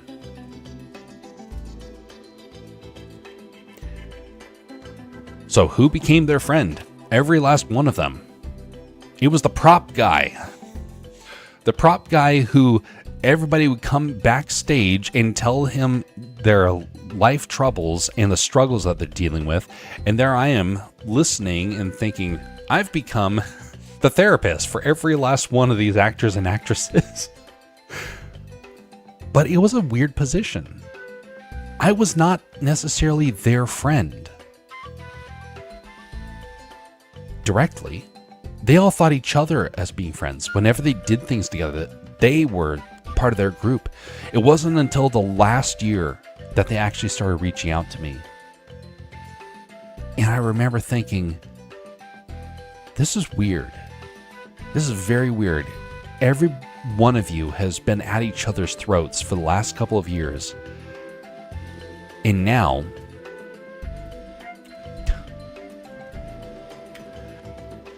and things finally start changing because you have somebody that can help glue you people together in a way. Because they start feeling more comfortable. Did you ever bill them for the therapy? I should have. By the way, some of those people would end up being those folks I mentioned about earlier who contacted me later on and said, I hate you. We're meant to be friends for a time. It's not guaranteed to be forever. It's not easy to go to get direct feedback from in real life friends either. 'Tis true. 'Tis true. It takes a lot of effort, and a lot of people are not really going to care about that one way or the other. All you can do is try.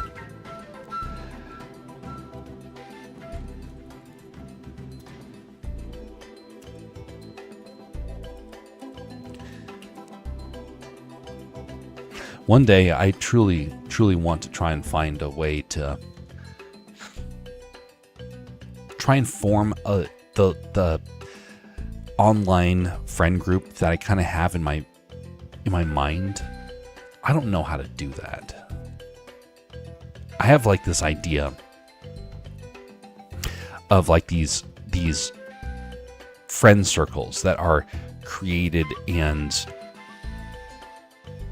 are given the opportunity to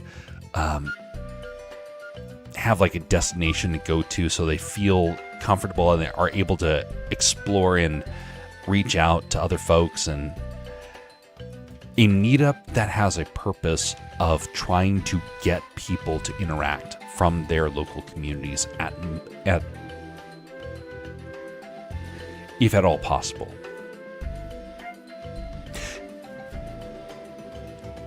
A couple years ago, I met somebody at a meetup.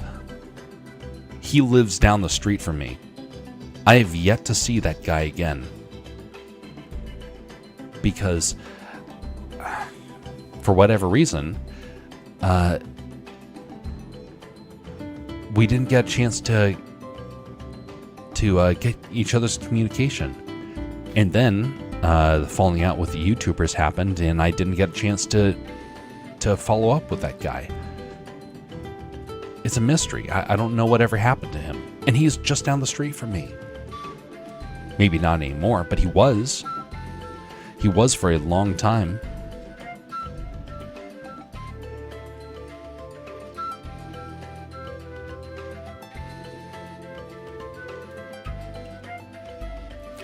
We need to learn to love our neighbor as ourselves again. And we can't do that if we're all trying to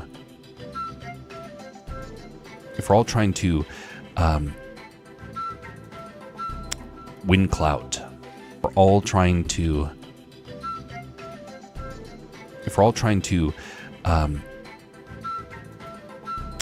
Windcloud.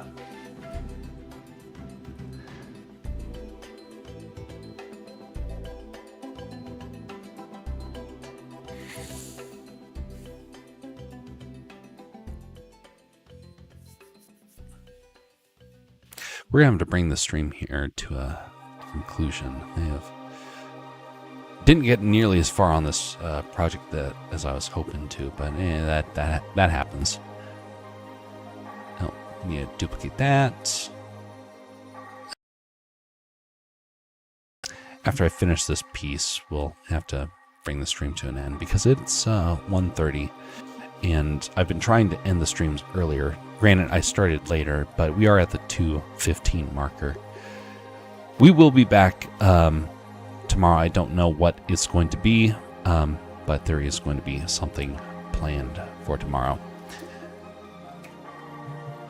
Well, not planned. They don't. My ability to plan these things are kind of nullified. I kind of just take them as they come. I think, hey, what needs to be done for the day, and I do that.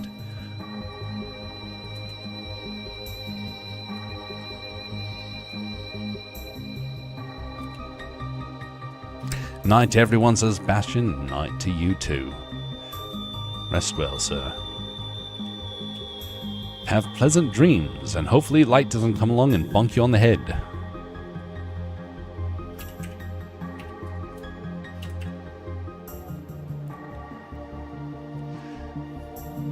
The thing I will end with is saying that the world wants desperately to make us have to rely upon them for the most basic of things in this world, including friendships. They want to control everything. But you have the ability to be able to resist it. But the question is, will we? Will we as a society resist that sort of pressure?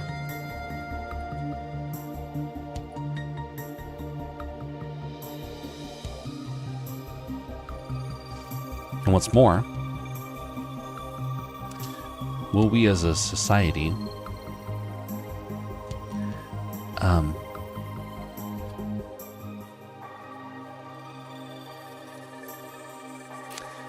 be proactive in trying to reach out to one another? I don't know what it's going to be like for everyone's location. I know for my location it's a little bit of a challenge, but then again, there's not the need that other people have had.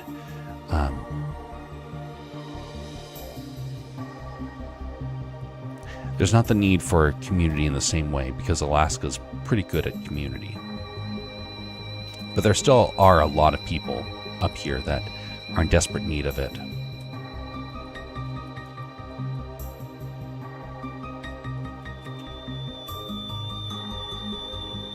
What is going on with this? This happens sometimes. What is the connection problem?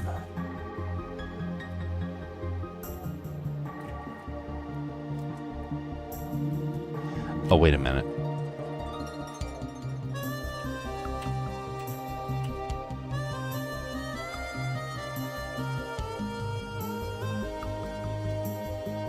Ooh, that's a lot of extra vertices there. Is there a place that we can raid on the Rumble side?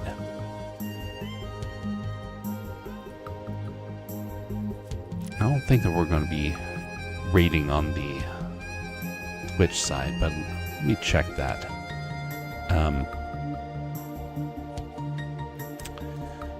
Twitch dashboard. How many people are on the Twitch side right now? 1. Okie dokie. I'm guessing that's probably Scutless. Let's see. Is anybody currently live on the Twitch side that we are familiar with? Oh, wait a minute. What the heck? Oh, that would be nice to be able to raid them, but I can't do that anymore. There was a person that we raided years ago And it was a good channel to raid in the past. That person has since blown up in popularity and now is doing hosting hundreds of people in their streams now. And I'm trying to avoid doing that because otherwise it looks like I'm trying to grift off them. I don't want to do that. So that's unfortunate. I mean, unfortunate in the sense that we can't go rate that person anymore.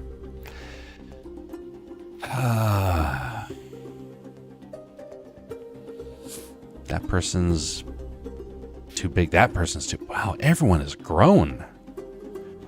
Wow. I've been left in the dust.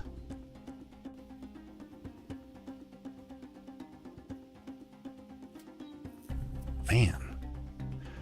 I guess this is all because I demonetized over on Twitch. They refused to want to acknowledge it anymore.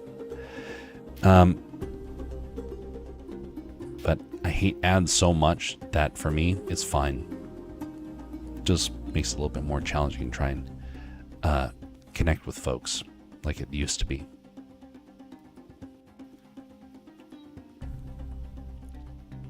And ads can be fine, but the ads that were being showcased were things that I disagreed with at such a deep level that I thought, you know what? No, we're not doing this anymore.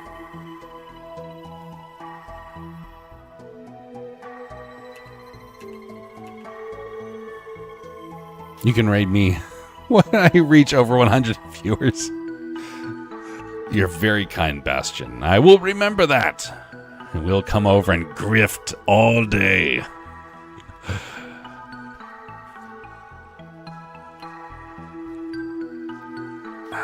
Okay, yeah, it's not going to happen on the Twitch side, so we'll be bringing this stream to an end over there.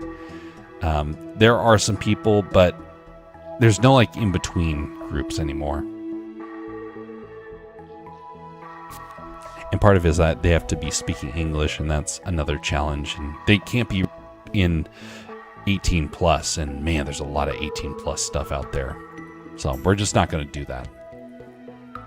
So got a few seconds left to try and get this thing figured out, and then we will close things out.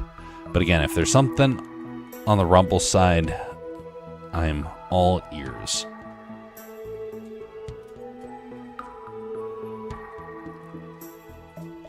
And we'll say, though, that we need people that are willing to reach out to one another and say, you know what, I'm willing to be the friend that you need. I won't mention who it was, but there's been a couple of times when I have actually been contacted by people out of the blue on Rumble. Sorry, on in between streams. So no matter what platform, some people who have reached out to me, and we end up having 30-minute, 45-minute, sometimes an hour or more conversations. They don't happen a whole lot, and I'm kind of glad because they just take so much time to do. But there are a couple of folks where I'm like, I realize that some people are dealing with a lot of challenges, and all you can do is listen at times. Don't miss out on the opportunity to get a chance to listen to people in such situations. They very well might need your help quite a bit, and you won't know until you are willing to humble yourself and get a chance to listen. Maybe they'll reach out to you again. Maybe they won't. Maybe it is a one and done. And there's some times where it has happened a couple of times in a row, but it's not guaranteed to take place. And with that being said, it still will happen on the occasion. Maybe it's a friend that is in desperate need. Maybe it's somebody who's at the end of the rope, and they remember you said one thing that stood out to them. And it's that one thing that makes them want desperately to have your help. Whatever it is, hopefully you get a chance to do that. And if you're somebody who needs that sort of help, do not go to therapists. Do not. Go to family, go to friends, go to someone you trust, go to a mentor. And don't stop. The therapist is there to get your money. A friend is there because they care about you. And if they don't, well, you need to find a new set of friends, and it may be a struggle, but it's not easy to go through that phase.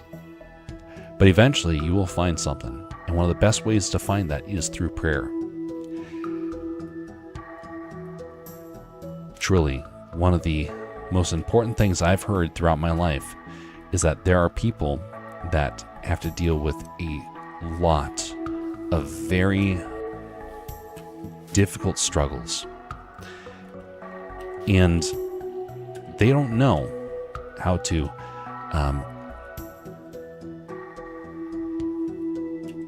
deal with them. But that being said, losing hope. Well, oh, that's what's going on. Okay, I finally figured it out. Losing hope happens to everybody. And that's why it's important that if you have had challenges in life, to be able to look for that in another person, because if you get the chance to be able to help somebody in that sort of situation, you might be doing way more good than you realize.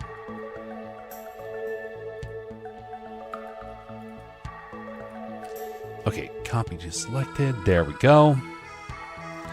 All right, now that took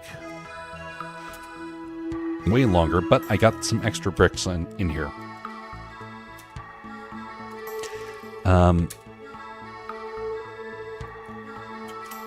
Scale, perfect. All right, going to duplicate this and put that over here. All right, we have 6 new bricks to the library now. Very important.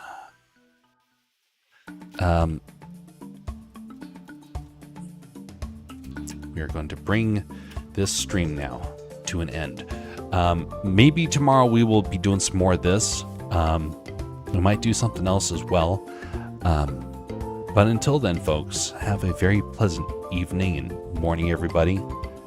No matter where you are in life, no matter what your circles or circumstances, be civil to one another and encourage each other in civility.